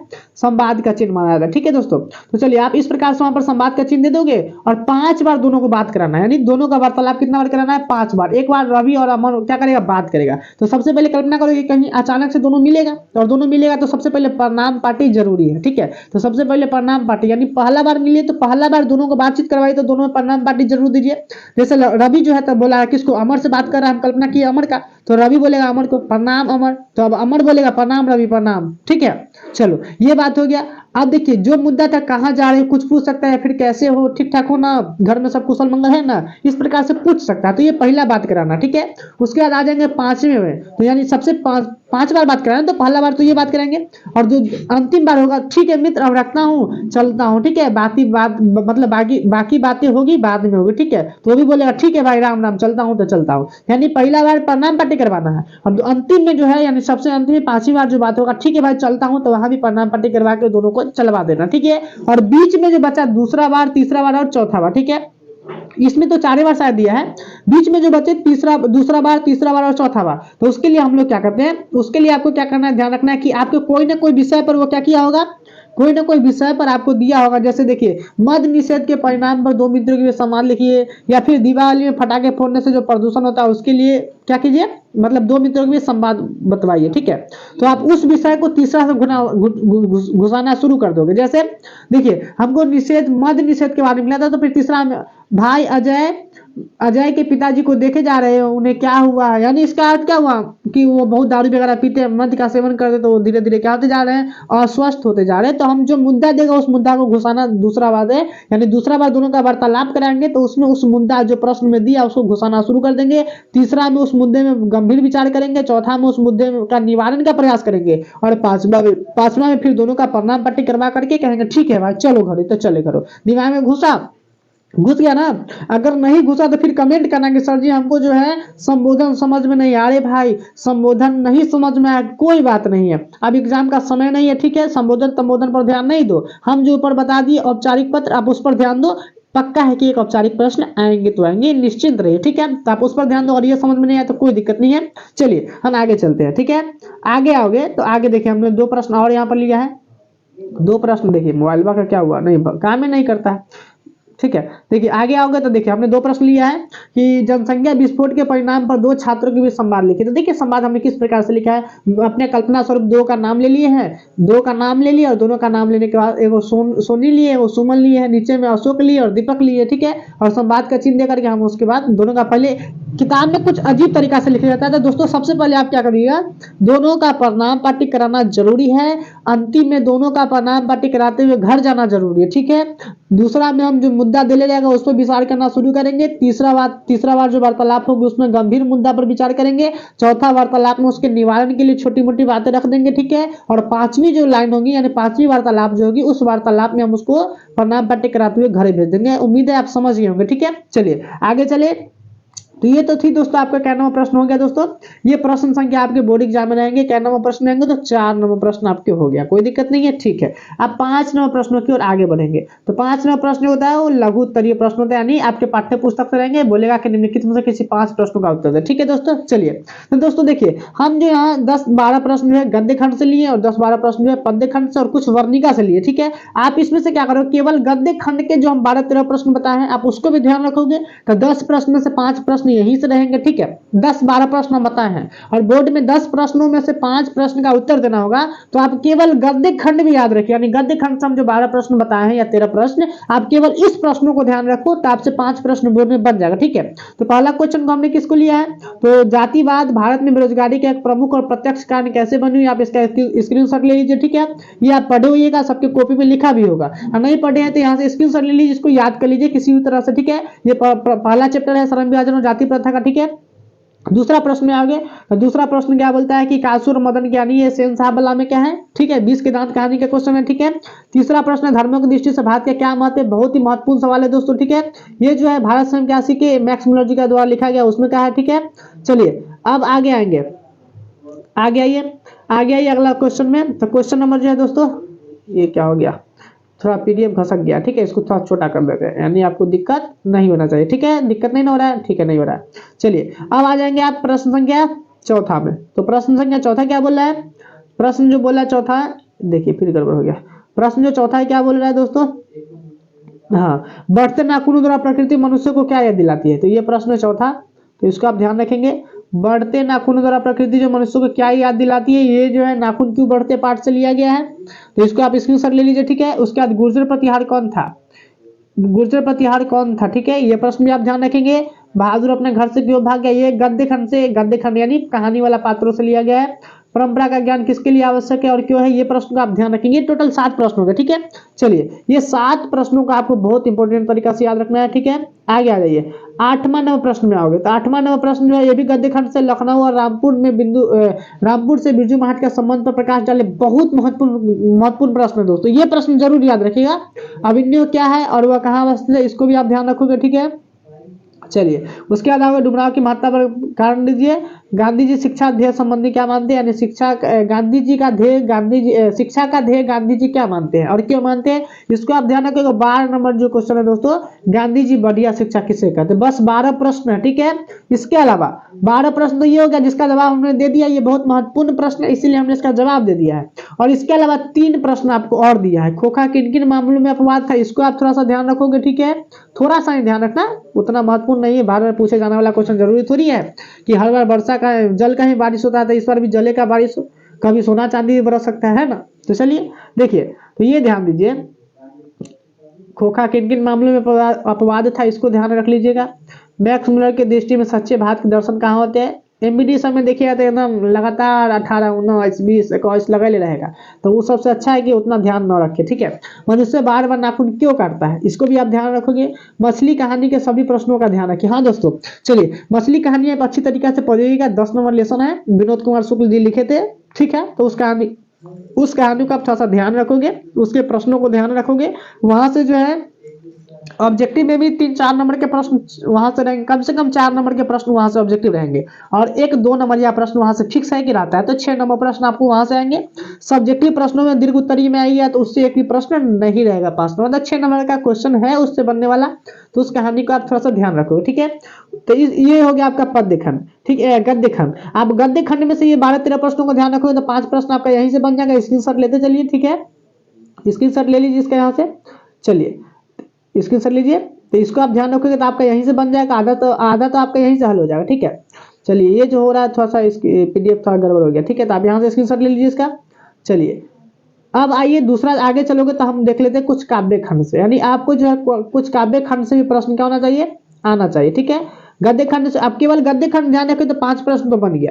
अब इसके अलावा चलिए गद्य खंड है, आप गद्य खंड का प्रश्न याद नहीं कर रहे हैं, यानी आपको थोड़ा सा भारी लगा, तो उसकी स्थिति में आप क्या करोगे, काव्य खंड से इसमें से प्रश्नों का ध्यान रखो। पहला है वाणी कब 20 के समान हो जाती है, यानी वाणी जो होता है ये आपका गुरु नानक जी का प्रथम कविता था, उसमें से लिया गया है। कवि ने माली मालिन किसे और किन्हें कहा, ये रसखान जी वाला है, ठीक है। कवि अपने आंसुओं को कहाँ और क्यों पहुंचाना चाहते हैं, ये अपने घनानंद जी ने लिखा है, तो इसको भी आप ध्यान रखोगे। चौथा है कवि नगर बाजार और अर्थव्यवस्था पर क्या टिप्पणी करता है, उसमें का लिया गया स्वदेशी शीर्षक है, ठीक है। 5वां है कवि की दृष्टि में भारत माता का तपस्या क्यों सफल है, भारत माता कविता से लिया गया। 6ठा है कवि की दृष्टि में आज के देवता कौन है, ये जनतंत्र के जन्म कविता से एक 3-6 प्रश्न यहाँ पर होंगे, ये महत्वपूर्ण प्रश्न है, आप इसको ध्यान रखो, ठीक है। इसका आप स्क्रीनशॉट ले लो, 6 प्रश्नों का आप स्क्रीनशॉट ले लीजिए। ठीक है, हमने देखा कि आपने स्क्रीनशॉट ले लिया। तो आप आइए 7 नंबर प्रश्नों में। 7 नंबर प्रश्नों में आएंगे तो 7 नंबर प्रश्न बोल रहा है कि हिरोशिमा में मनुष्य के साथी के रूप में क्या है। ये है आपका हिरोशिमा शीर्षक में। ठीक है, आ जाएंगे लेसन नंबर 8 में, एक वृक्ष की हत्या वाला। तो कवि को वृक्ष बूढ़ा चौकीदार क्यों लगता है, ये भी बहुत महत्वपूर्ण प्रश्न है। कवि और वृक्ष में क्या संवाद होता है, ये दोनों प्रश्नों से एक सवाल कोई पक्का रहेगा, 2 नंबर वाला दोस्तों। ठीक है, ये दोनों प्रश्नों से एक सवाल कोई पक्का रहेगा, तो आप इसको अच्छा से ध्यान रखेंगे। ठीक है, आइए आगे। कभी गरीब बस्तियों का क्यों उल्लेख करते हैं, ये हमारी नींद से लिया गया। ठीक है, बेटे के लिंग क्या है, अक्षर ज्ञान अनामिका द्वारा लिखा गया है। भक्त और भगवान के बीच के संबंध पर प्रकाश डालिए, कवि रेणा मारिया रिल्के के द्वारा लिखा गया है। कवि अपने अगले जीवन में, ये है जीवनानंद दास जी का। ठीक है, जो 11 नंबर कविता पढ़ोगे जीवनानंद दास जी का लौट कराऊंगा, फिर उसमें से लिया गया। तो इतने प्रश्न का आप ध्यान रखोगे, यानी 13 प्रश्न आप काव्य खंड से याद रखोगे। ठीक है, और 12 प्रश्न गद्य खंड से। तो आप गद्य खंड में 12 पढ़ो तो 5 उससे बना लोगे, चाहे काव्य खंड से 13 पढ़ो तो 5 इससे बना लोगे। और कुछ प्रमुख प्रश्न है और आपकी इच्छा हो तो आप इसे भी ध्यान रखोगे। ठीक है, ये सब सवाल जो कई बार पूछा गया बोर्ड में, तो इसीलिए इसको आप ध्यान रखोगे छोटा सा। ठीक है, कोई दिक्कत नहीं है, आप ध्यान नहीं तो कोई दिक्कत नहीं है, आप हंसते हुए जाइए। ठीक है, एक भी सवाल नहीं छूटेंगे। ठीक है, इसमें से एक प्रश्न का आप ध्यान रखिएगा, कृष्ण को चित्तचोर क्यों कहा गया, ये बहुत अच्छा सवाल है। कविराज खान जी इनके बारे में लिखते हैं, कृष्ण को चित्तचोर क्यों कहा गया है। ठीक है, तो आप इस चीज को ध्यान रखोगे। और कभी प्रेम मार्ग को अति शुद्ध और सरल क्यों कहता है, इसी चीज को थोड़ा सा एक बार देख लीजिएगा, कोई दिक्कत नहीं, ज्यादा देखने की कोई आवश्यकता नहीं। ठीक है, चलते आगे चलते। ठीक है, तो ये तो हो गया दोस्तों आपका क्या नंबर क्वेश्चन, यानी आगे तो गद्य लघु तरीय प्रश्न, यानी 5 नंबर प्रश्नों में लघु तरीय प्रश्न आता है, जिसमें से कोई 5 प्रश्नों का उत्तर देना पड़ता है। ठीक है, चलिए अब आओगे आप अपने वर्णिका से आओगे, तो वर्णिका में भी भाई, तो वर्णिका भी तो पढ़े हुईगा ना, ये भी तो सिलेबस है, तो इससे भी एक 2 नंबरिया प्रश्न रहता है। ठीक है, और ऑब्जेक्टिव इससे बहुत सारे रहते हैं। तो एक 2 नंबरिया प्रश्न के लिए आपको क्या क्या पढ़ना है, तो देखिए, एक 2 नंबरिया बनाने के लिए आप इस 4-5 प्रश्नों को ध्यान रखें, इसके अलावा एक भी प्रश्न नहीं पूछेगा। ये 4-5 प्रश्न आपको ध्यान है, तो इसके अलावा एक भी प्रश्न नहीं पूछेगा। देखिए, ये 4-5 प्रश्न से पहला प्रश्न जो है दोस्तों कि लक्ष्मी कौन थी, ध्यान दीजिए। पहला प्रश्न तो यह है कि लक्ष्मी कौन थी और उसकी पारिवारिक परिस्थिति का वर्णन कीजिए। तो ये जो है ढाती विश्वास कहानी में क्या है, आप इसको ध्यान रखिए, स्क्रीनशॉट लेते चलिए। रगब्बा कौन था, ये दही वाली मगम्मा कहानी में क्या है, माँ मंगू को यानी माँ कहानी से लिया गया। ठीक है, पापति कौन थी, नगर कहानी का सवाल है ये। तो ये 4 प्रमुख सवाल है। उसके बाद बड़े डॉक्टर के आदेश के बावजूद पापति अस्पताल में क्यों नहीं भर्ती हो जाती है, तो इस प्रश्न को हम लिखा चुके हैं, जो मेरे बच्चे होंगे हम उसको लिखा चुके हैं। और जो आप लोग नहीं जानते होगा तो आप क्या कीजिए, कमेंट कीजिए कि सर हमें इस प्रश्नों का जवाब नहीं है। अब तो हम क्या करेंगे, मतलब आपके व्हाट्सएप पे हम क्या करेंगे, इस प्रश्नों को भेज देंगे। ठीक है, मेरा जो है व्हाट्सएप नंबर है, आप ले सकते हैं, लिख सकते हैं, उस पर आप हाई करिएगा तो हम उसको भेज देंगे। ठीक है, मेरा व्हाट्सएप नंबर लिख लीजिए 7368006528, ये है मेरा व्हाट्सएप नंबर। अगर किसी को कोई प्रश्न का जवाब चाहिए तो आप हमसे व्हाट्सएप पे संपर्क कर सकते हैं दोस्तों। ठीक है, तो आप इतने प्रश्नों को ध्यान रखोगे। चलिए, तो मान लीजिए कि आप इतना जो प्रश्न आपने देखा, लघुतरीय प्रश्न जो आपने देखा, ठीक है, ये देखिए लघुतरीय प्रश्न जो आपने देखा, यहाँ से यहाँ तक हमने लघुतरीय बहुत लिखा है। तो चलोगे तो लघुतरीय में यानी 5 नंबर प्रश्न में आओगे तो 10 में से किसी 5 का जवाब देना रहेगा। तो ये तो हो गया लघुतरीय। तो आप जो लघुतरीय प्रश्न देखे, तो इस लघुतरीय प्रश्नों में से आपको 5 का जवाब देना है। तो फिर हम क्या करेंगे, बोर्ड वाला कॉपी में आएंगे, और बोर्ड वाला कॉपी में आने के बाद इसी जो इतना प्रश्न बता, इसी में से 10 प्रश्न रहेगा, और 5 प्रश्न आप कोई आंख मूंद के बना दीजिए, एक भी नंबर आपका कटने वाला नहीं है। ठीक है, तो आप आ जाओगे के बाद अपना बोर्ड कॉपी में, और सबसे पहले बोर्ड कॉपी में आने के बाद जैसा कि हमने बताया कि उत्तर नंबर आप कहां पर दोगे, बीचवा में। देखिए उत्तर नंबर 5 में कौन सा प्रश्न हुआ, तो लघुतरीय प्रश्न। और लघुतरीय प्रश्न में आप कौन कौन, तो लघुतरीय प्रश्न आपने वहां पर दे दिया। उसके बाद क का उत्तर है तो क यहाँ दे दीजिए, उसका उत्तर लिख दीजिए, ख दे दीजिए, उत्तर लिख दीजिए, ग दे दीजिए, उत्तर दीजिए। और यहाँ पर देखिए हमने पीटीओ लिख दिया। क्यों पीटीओ लिखा है, तो क्योंकि हमने आपको बताया कि पीटीओ इसीलिए लिखा जाता है ताकि जो है, इसका मतलब हुआ ये पीटीओ हम क्यों लिखे, क्योंकि अभी आपका इस प्रश्नों का जवाब खत्म नहीं हुआ, यानी इस प्रश्न का जवाब जो हम अगले पेज में भी क्या करने वाले हैं, देने वाले हैं। तो आपने पीटीओ लिख लिया, कोई दिक्कत नहीं। चलिए, तो अगले पेज को पलट लेते हैं। तो देखिए अगले पेज में आ जाएंगे, तो अगले पेज में आएंगे तो देखिए यहाँ पर अगले पेज में आइए, तो क्वेश्चन नंबर उसमें से घ और अंग, आपको जो प्रश्न बनाना है आपने उसमें से जो वही प्रश्न को बनाइए। जरूरी नहीं है कि आपको जो नहीं आता वो लगातार बना दीजिए। हम तो कहेंगे कि वैसे बच्चे जो इस वीडियो को देख लिए ना, तो आप लगातार प्रश्न बना दीजिएगा, सब क्वेश्चन टकरा जाएगा। तो आप लगातार क ख ग घ और अंग लगातार क्वेश्चन बना दीजिएगा, ताकि बोर्ड वाला भी हैदरज में पड़ जाए कि कौन बच्चा बनाया। ठीक है, कोई दिक्कत नहीं है। तो ये तो हो गया आपका लघुतरीय प्रश्न।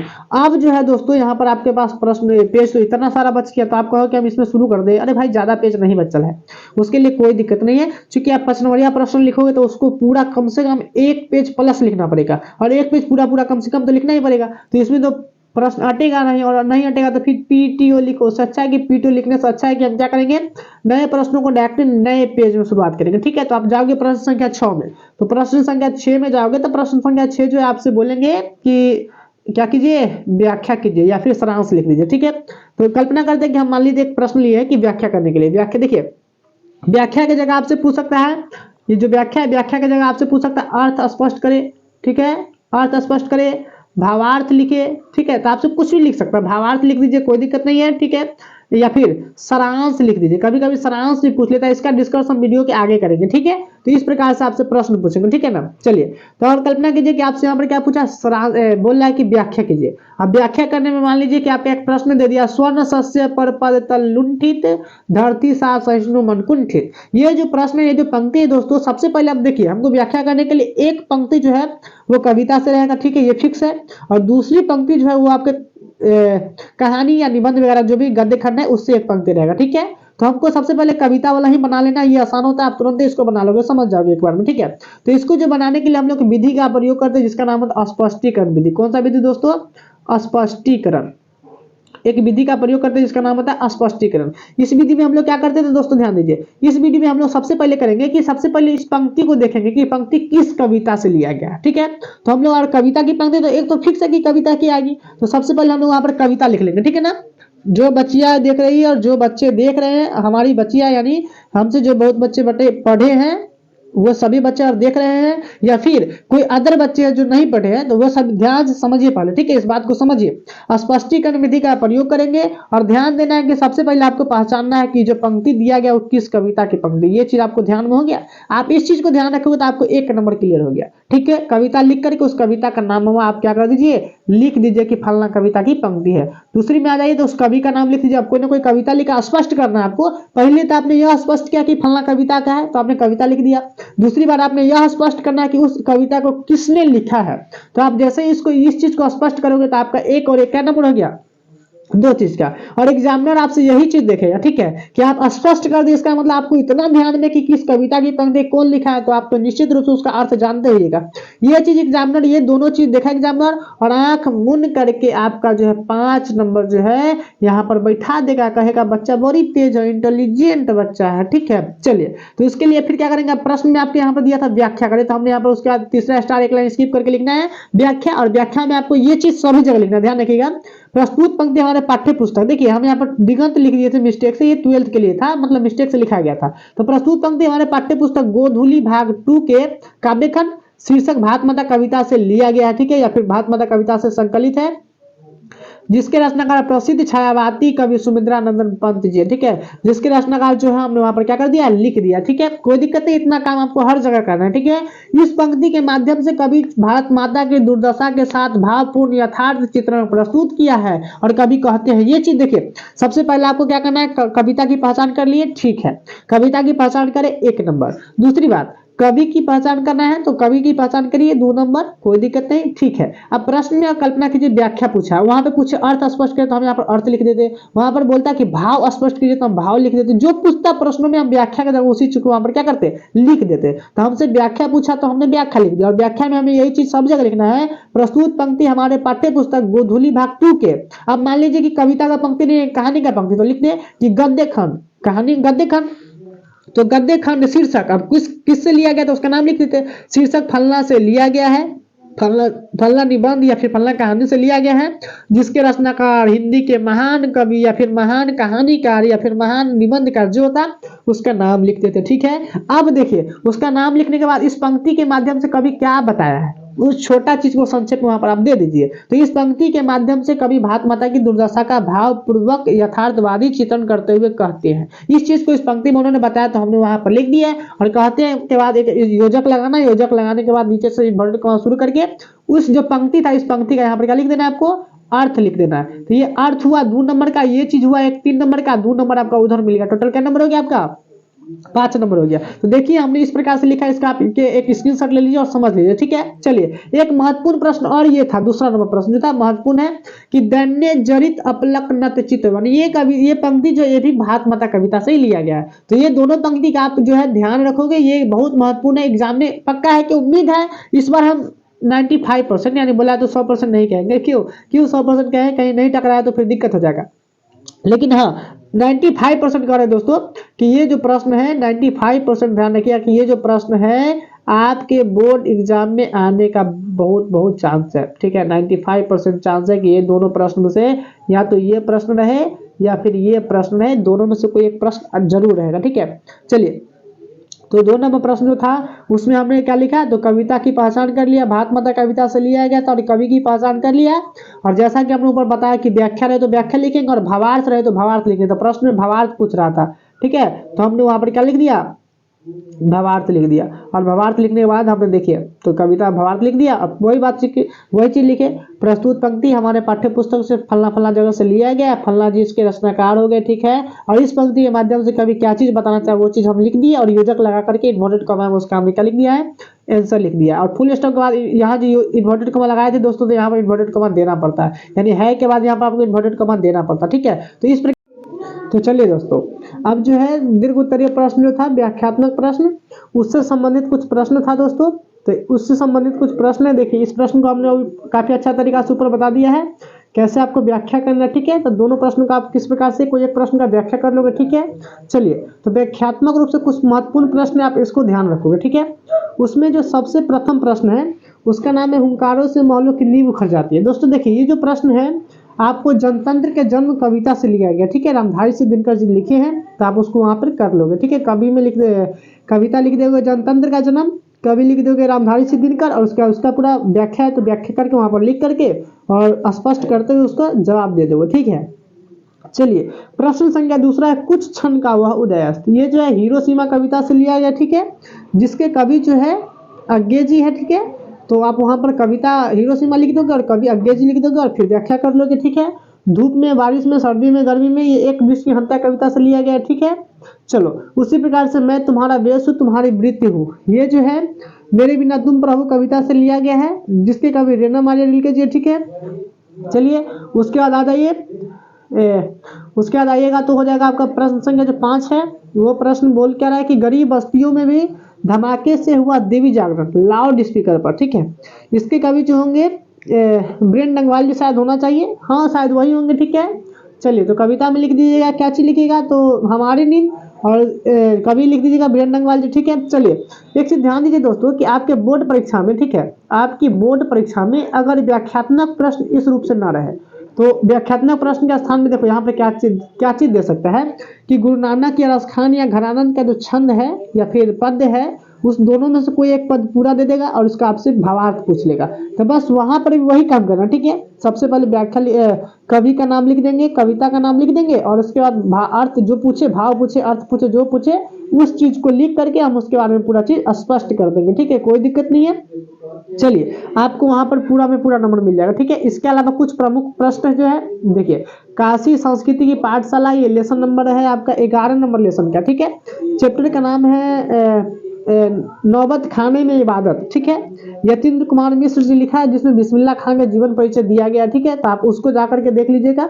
ठीक है, तो लिख दीजिएगा मतलब पाठ लिख दीजिएगा शिक्षा और संस्कृति, ना पाठ लिख दीजिएगा नौबत खाना में इबादत और लेखक लिख दीजिएगा यतीन्द्र कुमार मिश्र। ठीक है, चलिए उसके अलावा जो है आ जाइए अगले प्रश्न में, तो आइएगा तो काट दीजिए, चुपचाप दंड स्वीकार कर लेगा। पढ़ने से लग जाता है कि हजारी प्रसाद द्विवेदी जी के द्वारा लिखा गया, नाखून क्यों बढ़ते हैं पाठ से लिया गया। ठीक है, तो आप वो चीज लिख लोगे। ठीक है, लड़कियां क्या है, कठपुतलियां, ये जो है 20 की दांत कहानी से लिया गया है, नलिन मिलोचन शर्मा जी लिखे हैं। ठीक है, तो आप उसको भी लिख लोगे। और एक महत्वपूर्ण प्रश्न यहाँ से ये भी है दोस्तों, मेरा धर्म कैद खाने का धर्म नहीं है, यानी मेरा धर्म जो है कैद खाने का धर्म नहीं है। ये शिक्षा और संस्कृति यानी आपके गद्य खंड से लेसन नंबर 12 से लिया गया। ठीक है, जिसके रचनाकार जो थे महात्मा गांधी जी थे। ठीक है, तो ये बहुत महत्वपूर्ण है, आपको इसको ध्यान रख लीजिएगा, कोई दिक्कत नहीं है। चलिए आगे चलते। ठीक है, तो इसमें से जो आया अब मतलब व्याख्यात्मक दीर्घ उत्तरीय प्रश्न जो आप इस प्रकार से कोई एक प्रश्न बना लोगे। जैसा कि हम जो है ऊपर हमारी नींद कविता से जो प्रश्न था प्रमुख प्रश्न था, तो इसीलिए हमने उसी को लेकर के बनाया। देखिए एक शॉट में देख लीजिए, इसी प्रकार से आप उत्तर नंबर क्या करेंगे, वहां पर बिचवा में उत्तर नंबर लिख देंगे।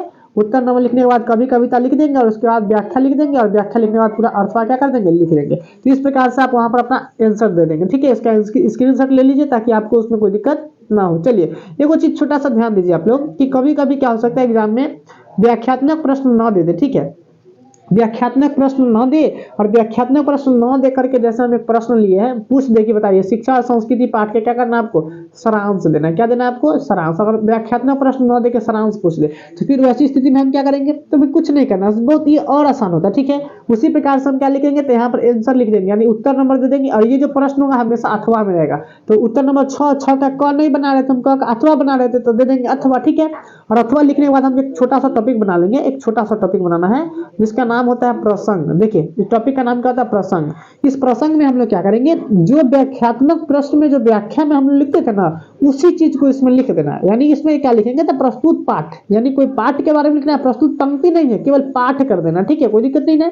तो प्रस्तुत पाठ, अब जिसके द्वारा लिखा गया उसका नाम ले लेना है। तो प्रस्तुत पाठ महात्मा गांधी के द्वारा रचित हमारे पाठ्य पुस्तक जो है उसमें संकलित है। यानी पाठ्य पुस्तक गोधूली में कहानी के रूप में रहता तो कहानी के रूप में संकलित है, शिक्षा शास्त्र के रूप में है तो शिक्षा शास्त्र के रूप में क्या है, संकलित है। अगर निबंध रहता तो निबंध के रूप में संकलित है, कोई दिक्कत नहीं ना। ठीक है, इस पाठ में राष्ट्रपिता महात्मा गांधी जी शिक्षा व्यवस्था पर, यानी उस पाठ में क्या चीज के लिए वो टिप्पणी करते तो शिक्षा व्यवस्था पर टिप्पणी करते हुए कहते हैं कि ठीक है। और जहां से कहते हैं योजक लगा करके, और योजक के नीचे से अपना फिर क्या लिखेंगे, सारांश लिख करके। ठीक है, और सारांश लिख करके उस पाठ में क्या क्या हुआ था पूरा चीज को हम क्या कर देंगे, उसमें लिख देंगे। जो जो चीज हुआ था उस पाठ में, उस पूरे चीज को हमको क्या कर देना वहां पर लिखते हुए और आगे की ओर बढ़ जाना। ठीक है, कोई दिक्कत नहीं दोस्तों, कोई दिक्कत नहीं ना। ठीक है, चलिए तो इस प्रकार से जो है आप इसको बना लोगे। ठीक है दोस्तों, देखिए दोस्तों हम एक बार फिर से आपको यहाँ पर बताते, आपको इस मतलब व्याख्यात्मक प्रश्न में से कोई प्रश्न आए चाहे नहीं, इस प्रश्न का व्याख्या हम कर ही दिए हैं, इस प्रश्न का व्याख्या हम कर ही दिए। ठीक है, इसको आप ध्यान रखोगे।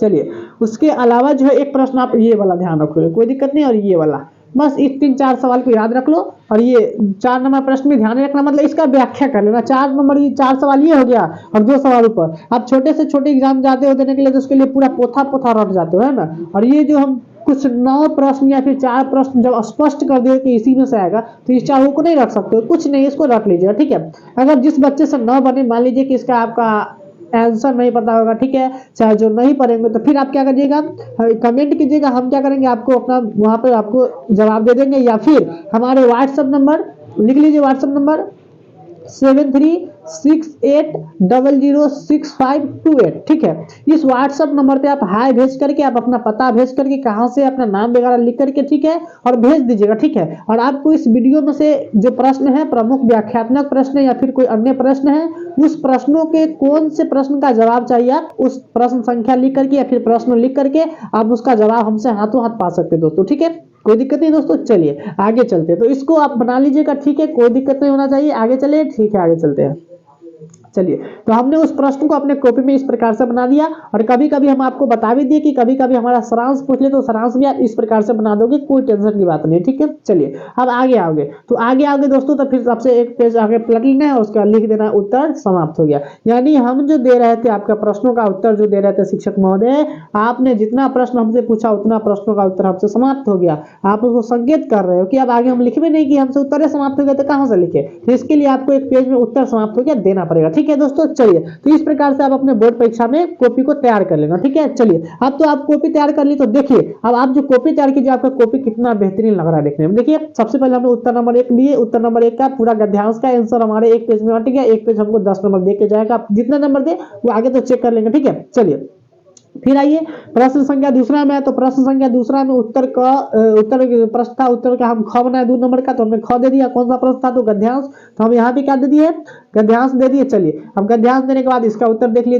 एक का उत्तर, दूसरा उत्तर, तीसरा उत्तर, चौथा उत्तर। इसका मतलब देखिए यहाँ पीटीओ लिखा है, यानी इसी प्रश्न का उत्तर जो है एक अगला पेज में पक्का क्या होगा, इसीलिए हमने यहाँ पर क्या दिया है, पीटीओ दिया। समझ में आ गया ना, कोई दिक्कत नहीं। ठीक है, तो अगला पेज में चलते, देखिए है कि नहीं इसका उत्तर, देखिए अगला पेज में है उसका उत्तर। यानी उस गद्यांश को पढ़ोगे तो 5 प्रश्न था, जिसमें 4 प्रश्न उस पेज में हट गया, लेकिन 5वां प्रश्न उस पेज में नहीं आता। ठीक है, चलिए तो उसका जवाब देने के बाद हमारे पास इतना सारा पेज बच गया। अब इतना सारा पेज बच गया तो उसको हम जियान नहीं कर सकते दोस्तों, तो इसीलिए हमको उत्तर नंबर तीसरा का लिखना पड़ जाएगा। ठीक है, अगर कल्पना करो, कल्पना कीजिए आपकी हमारा जो आंसर होता, हमारा आंसर यहाँ तक खत्म हो जाता, यानी यही आंसर जो यहाँ तक आते आते खत्म होता, तो फिर इतना पेज हम छोड़ देते, अगले पेज हम शुरू करते। जब भी शुरू करते थे कौन सा पेज से शुरू करते, अगले पेज से, लेकिन खत्म नहीं हुआ। इसका मतलब क्या हो रहा है कि हमको इस पेज में जवाब देना पड़ेगा। ठीक है, चलिए तो हम जो है इसमें से जो है कौन नंबर प्रश्नों का उत्तर दिए, जिसका नाम क्या है प्रश्न का तो प्रश्न जो बोल रहा है दोस्तों, तो हमने मेरे प्रिय कवि के बारे में बोल रहा था, तो हम लिख दिए यहाँ पर मेरे प्रिय कवि, यानी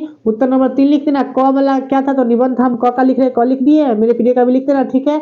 और जो जो टॉपिक मिलेगा जीवन, पहला जीवन परिचय, तो देखिए जीवन परिचय में क्या क्या होता है हम सब कुछ बता चुके हैं कि इसमें हम उसका जीवन देते हैं, जन्म कब हुआ, मृत्यु कब हुआ, सब कुछ इसमें जीवन परिचय, पत्नी कौन थी, पिता कौन था, सब कुछ दे देना, ठीक है। उसकी शिक्षा दीक्षा किस प्रकार से, उस चीज को भी क्या कर देना है, दे देना, ठीक है। चलिए आइए फिर तीसरा टॉपिक, चौथा टॉपिक तक देखिए हमारा पेज किस प्रकार से इतना अच्छा सुंदर लग रहा है। तो हमारा जवाब यहाँ खत्म हो गया, तो हम क्या कर दिए, जवाब खत्म हो गया तो धन्यवाद लिख दिए, ठीक है।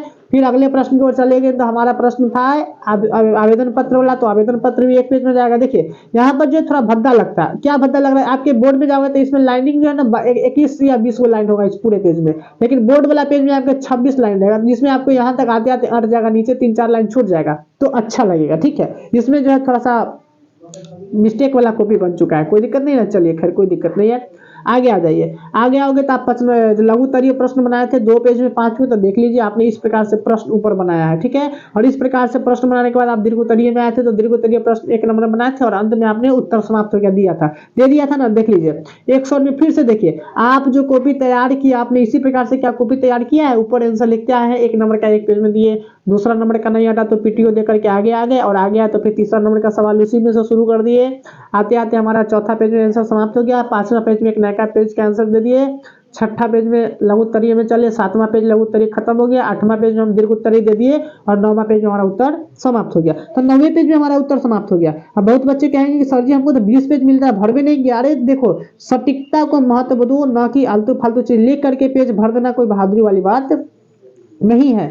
जो प्रश्न पूछा तुम उस सभी चीजों को जवाब दे ही रहे हो, तो फिर उसमें कोई टेंशन लेने वाली बात नहीं है। हाँ तुम थोड़ा ज्यादा लिखो तो हाईएस्ट जो है 12 पेज जा सकता है, लेकिन 12-13 पेज जा सकता है। अब बहुत बच्चे हिंदी में 18 पेज 19 पेज ठेका देते 22-23 पेज में से, तो एग्जामिनर समझ जाता है कि बच्चे जो है ढोंग बच्चा यानी फालतू बच्चा है, ठेंगा दिखा रहा है हमको, है कि नहीं है, कुछ भी आता नहीं, आलतू फालतू चीज उसमें भर दिया, ठीक है। तो इसीलिए आप मतलब चालाकी नहीं करेंगे, जितना सवाल का जवाब होगा उतना ही सटीकता देंगे, तो आपके लिए काफी फायदेमंद होगा, ठीक है। चलिए तो इस प्रकार से तो आपने कॉपी तैयार कर लिया, तो जब आप कॉपी तैयार कर लिए हैं तो देखिए ध्यान से आपका कॉपी इस प्रकार से तैयार हो गया। अब देखिए आपका जब रिजल्ट आएगा तो एग्जामिनर आपको नंबर कैसे देगा, वो भी चीज थोड़ा सा देख लेते हैं हम लोग, ठीक है। देखिए अब जो है आपका तो इतना अच्छा कॉपी तैयार कर एग्जामिनर आपको पूरा में पूरा नंबर देते जा रहा है, लेकिन एगो चीज ध्यान दीजिए, हम जो है अपने कॉपी में एगो चीज गलती कर दिए थे, क्या था, सम्मिश्र गलती हो गया था, और एगो चीज और गलती हुआ, देखिए जिसका गलती हो गया था। तो हमको करना क्या है, बोर्ड में देखिए अब गलती हो गया तो हो गया, एग्जामिनर जो पकड़ लिया उसको कि हाँ ये गलती बंदा किया है, ठीक है। तो एक गलती पर यानी एक शब्द आपका गोल रहा है, इसका मतलब है कि उसके लिए आपको 0.5 यानी 1 नंबर का आधा नंबर आपका कट जाएगा, ठीक है। अब हमने ऐसा ऐसा क्या गोल किया है भाई, तो 2 गलती कर दिया, तो इसीलिए आपको कहते हैं कि अगर आपका गलती हो तो आपको गलती पर ध्यान देना नहीं है, सीधे उसको चलते रहना, ठीक है। अगर एग्जामिनर इसको देख ले तो नंबर तो कटवे करेगा, और ना देखे तो बल्ले बच गए हम, ठीक है। अगर हम फिर इसको ऐसे ऐसे घास देते तो फिर क्या होता, वो तो ऐसे ही देख लेता, जैसे कि हम यहाँ घासे तो वो देख लिया, तो इसका मतलब है कि नंबर काट लेगा, ठीक है, कोई दिक्कत नहीं है। चलिए तो ये जो पहला गद्यांश था वो 10 नंबर का, जिसमें हमको क्या नंबर मिला है दोस्तों, 9 नंबर मिला, चूंकि हम छोटा सा 2 को गलती किया, तो आधा नंबर इसका और आधा नंबर इसका कट गया, 1 नंबर मेरा कट चुका है, ठीक है। चलिए आइए दूसरे प्रश्न में आते हैं। दूसरे प्रश्नों में आओगे तो दूसरे प्रश्न यानी उत्तर 2 का हम ख बनाया, ठीक है। ऐसा इसलिए बनाया ताकि आपको ये ना लगे खाली क का क्यों बनाया, भाई हम कोई बना सकते हैं, हमको जो आएगा हम उत्तर नंबर 2 का क बनाए, ख बनाए, जो आएगा जो था हमने बना लिया, ठीक है, जो आता है वो बना दिया, इसमें कोई गलती नहीं है। तो देखो इसमें कोई गलती नहीं, यानी 2 नंबर इसका, 2 नंबर इसका, 2 2 2 यानी 2 में 2 मिल रहा है। अब चीज देखिए यहाँ पर पीटीओ दिया गया, यानी जो प्रश्न संख्या 2 है इसमें 5 प्रश्न था, जिसमें 4 प्रश्न इसमें हटा, यानी इस प्रश्न का एक प्रश्न और जो मेरा अगला पेज में, इसीलिए हमने यहाँ पर क्या दिया है, पीटीओ, ठीक है। बार बार इस चीज को हम समझा रहे हैं आपको, ठीक है। चलिए आइए, तो इसका मतलब है कि अगला पेज में उसका आंसर होगा, देखिए है अगला पेज में तो आंसर है ही, तो देखिए अगला पेज में हमने आंसर क्या कर दिया, वहां पर दे दिया था, कोई दिक्कत नहीं है। और इसमें देखिए तो हमको पूरा में पूरा 10 नंबर मिला। आइए आपका तो निबंध है, निबंध में तुलसीदास जी के बारे में लिखे थे, तो ये तो 4 टॉपिक दिया है, तो 4 टॉपिक दिया है, तो एक टॉपिक 2.5 नंबर का होगा, कितने नंबर का होगा, 2.5 नंबर का, ठीक है। तो अब 2.5 नंबर दे तो दे कैसे, तो एक ही बार देखिए आप अच्छा से लिखिएगा, टॉपिक वाइज टॉपिक एकदम साफ साफ लिखिएगा, तो आपको 10 में 10 दे देगा। और बीच में गलती होगा, गोल वाला कहीं पर मिल जाएगा उसको, तो क्या करेगा, गोल वाला ऐसा कहीं मिल गया, तो इसका मतलब है कि 10 नंबर ना देके 8 नंबर दे करके और वो सीधा चलता रहेगा, ठीक है, कोई दिक्कत नहीं। तो इतना आप ध्यान रखोगे, आप गलती नहीं करोगे और साफ साफ लिखोगे, कोई दिक्कत नहीं है, ठीक है। आगे चलते हैं, आगे आएंगे तो फिर प्रश्न संख्या जो चौथा हमने बनाया था जिसका नाम क्या था, आवेदन पत्र, फिर आवेदन पत्र में 5 से 5 मिल जाएगा आपको, ठीक है। आ जाएंगे आप लघु उत्तरीय में, तो लघु उत्तरीय जो है 2 पेजों में 5 बनाए थे, तो उसके लिए भी आपको पूरा पूरा नंबर मिला, चूंकि आप साफ साफ कोई गलती नहीं लिखे हैं, तो पूरा में पूरा नंबर मिल गया, ठीक है। आएंगे दीर्घ उत्तरीय में, तो दीर्घ उत्तरीय हम जो बनाए थे व्याख्या बनाए, पहले कविता स्पष्टीकरण किए, कवि स्पष्ट किए और व्याख्या करके हमने दो और एक यानी 5 नंबर हमने पूरा पा लिया, कोई दिक्कत नहीं है, ठीक है। इस प्रकार से जब आपने कॉपी तैयार किया, अंत में उत्तर समाप्त हो गया, तो आपका जो एग्जामिनर है जो कॉपी चेक करता है वो आपको क्या देगा, एक्सीलेंट देगा। एग्जाम का डेट लिखेगा, अपना नाम लिखेगा, टोटल मार्क लिख देगा कि आपने 50 नंबर का बनाया था, जिसने आपने अपना 1.5 नंबर गवाया था, एक नंबर एक जगह गवाए थे और एक जगह 0.5 नंबर गवाए थे, तो 0.5 का गिनती अगर कहीं पे खोट खाट हो रहा है तो उसका एक के साथ गिनती करके आपको पूरा एकदम सीधा सीधा मार्क्स देगा। तो वो 2 नंबर काट लिया और कितना नंबर दिया, 48, ठीक है। तो आपको तो यहाँ से 48 नंबर मिल गया। लेकिन अगर आप थोड़ा सा काबिल बच्चा है, यानी काबिल मतलब कहने का मतलब थोड़ा सा बुर्बक बच्चा है, तो आप ऑब्जेक्टिव 50 में 50 ले आते हैं, यानी तेज बच्चा है तो ऑब्जेक्टिव 50 में 50 ले आते हैं और 50 में 50 ऑब्जेक्टिव लाते, तो आपका टोटल करना कितना पहुंच गया दोस्तों, 48 नंबर ही, और ये 98 नंबर। तो सोचे एक वीडियो में 98 नंबर तुमको मिलने वाला है, कितना बहुत बड़ी फायदा होगी तुमको, होगी कि नहीं होगी। चलो इसी प्रकार से अगर हिंदी में संस्कृत में भी तुम 98 नंबर चाहते हो, तो उसका भी वीडियो जो है, आज तो 10 तारीख है, 11 तारीख स्किप होगा, 12 तारीख स्किप होगा और 13 तारीख तक संस्कृत का वीडियो हम पूरा डाल देंगे, ठीक है। उसमें भी अगर आप थोड़ा काबिल होइएगा तो ऑब्जेक्टिव तो 50 में 50 या 45 ले ही आई होगा, लेकिन सब्जेक्टिव जो सवाल हम बताएंगे उसके बाहर आएगा नहीं। तो सब्जेक्टिव में कल्पना करते 45 आ गया संस्कृत में, तो 45 45 90 का तो स्कोर तुम्हारा पहुंच रहा है ना यार, बिना पढ़े हुए 90 का स्कोर पढ़ रहा है। तो इसीलिए जो ये हिंदी का वीडियो था बहुत महत्वपूर्ण था, इसको पूरा देख लेना, ठीक है। और संस्कृत का जो आएगा वो भी महत्वपूर्ण रहेगा, उसको भी देख लेना, ठीक है। और वीडियो अच्छा लगा हो ना तो फिर अपने दोस्तों के पास भी शेयर करो, ताकि किसी और का भी भला हो जाए, ठीक है। उसको भी शेयर करो, उसको भी कहो कि यह वीडियो पर देख कर ही क्या करे, एग्जाम में जाए। हम बार बार कह रहे हैं कि यह वीडियो देख कर ही जाए, क्योंकि इससे बाहर प्रश्न आपके बोर्ड में नहीं आएंगे। विश्वास नहीं हो तो इससे पीछे जो है हम 1 तारीख या 30 तारीख के करीब में 12th के लिए हम वीडियो बनाए थे, 12th की हिंदी से वीडियो बनाए थे, जिसमें से 8 संकाय वाला का 46 नंबर का प्रश्न मिला था और साइंस संकाय वालों के लिए एक ही वीडियो से 38 नंबर का प्रश्न मिला था। तो सोचो एक वीडियो से 38 नंबर, जब हम तुमको एक वीडियो से बताया उसमें 38 नंबर एगो का टकरा गया, एगो के 46 नंबर टकरा गया, तो कितनी बड़ी बात होती है दोस्तों, है कि नहीं है। तो इसी प्रकार से आप इस हिंदी को पूरा अच्छी तरीका से देख करके जाए, जो भी बताओ उसको रट करके जाइए, इससे बाहर प्रश्न नहीं आएगा। और संस्कृत का आप प्रतीक्षा कीजिए, संस्कृत भी बहुत जल्दी लेकर के हम आएंगे, ठीक है। चलिए, तो आपने इस प्रकार से कॉपी तैयार कर दिया, तो आपका जो कॉपी एग्जामिनर है, एग्जामिनर जो है आपके कॉपी इस प्रकार से कॉपी पर आपका क्या करेगा, वो मार्क्स भरेगा।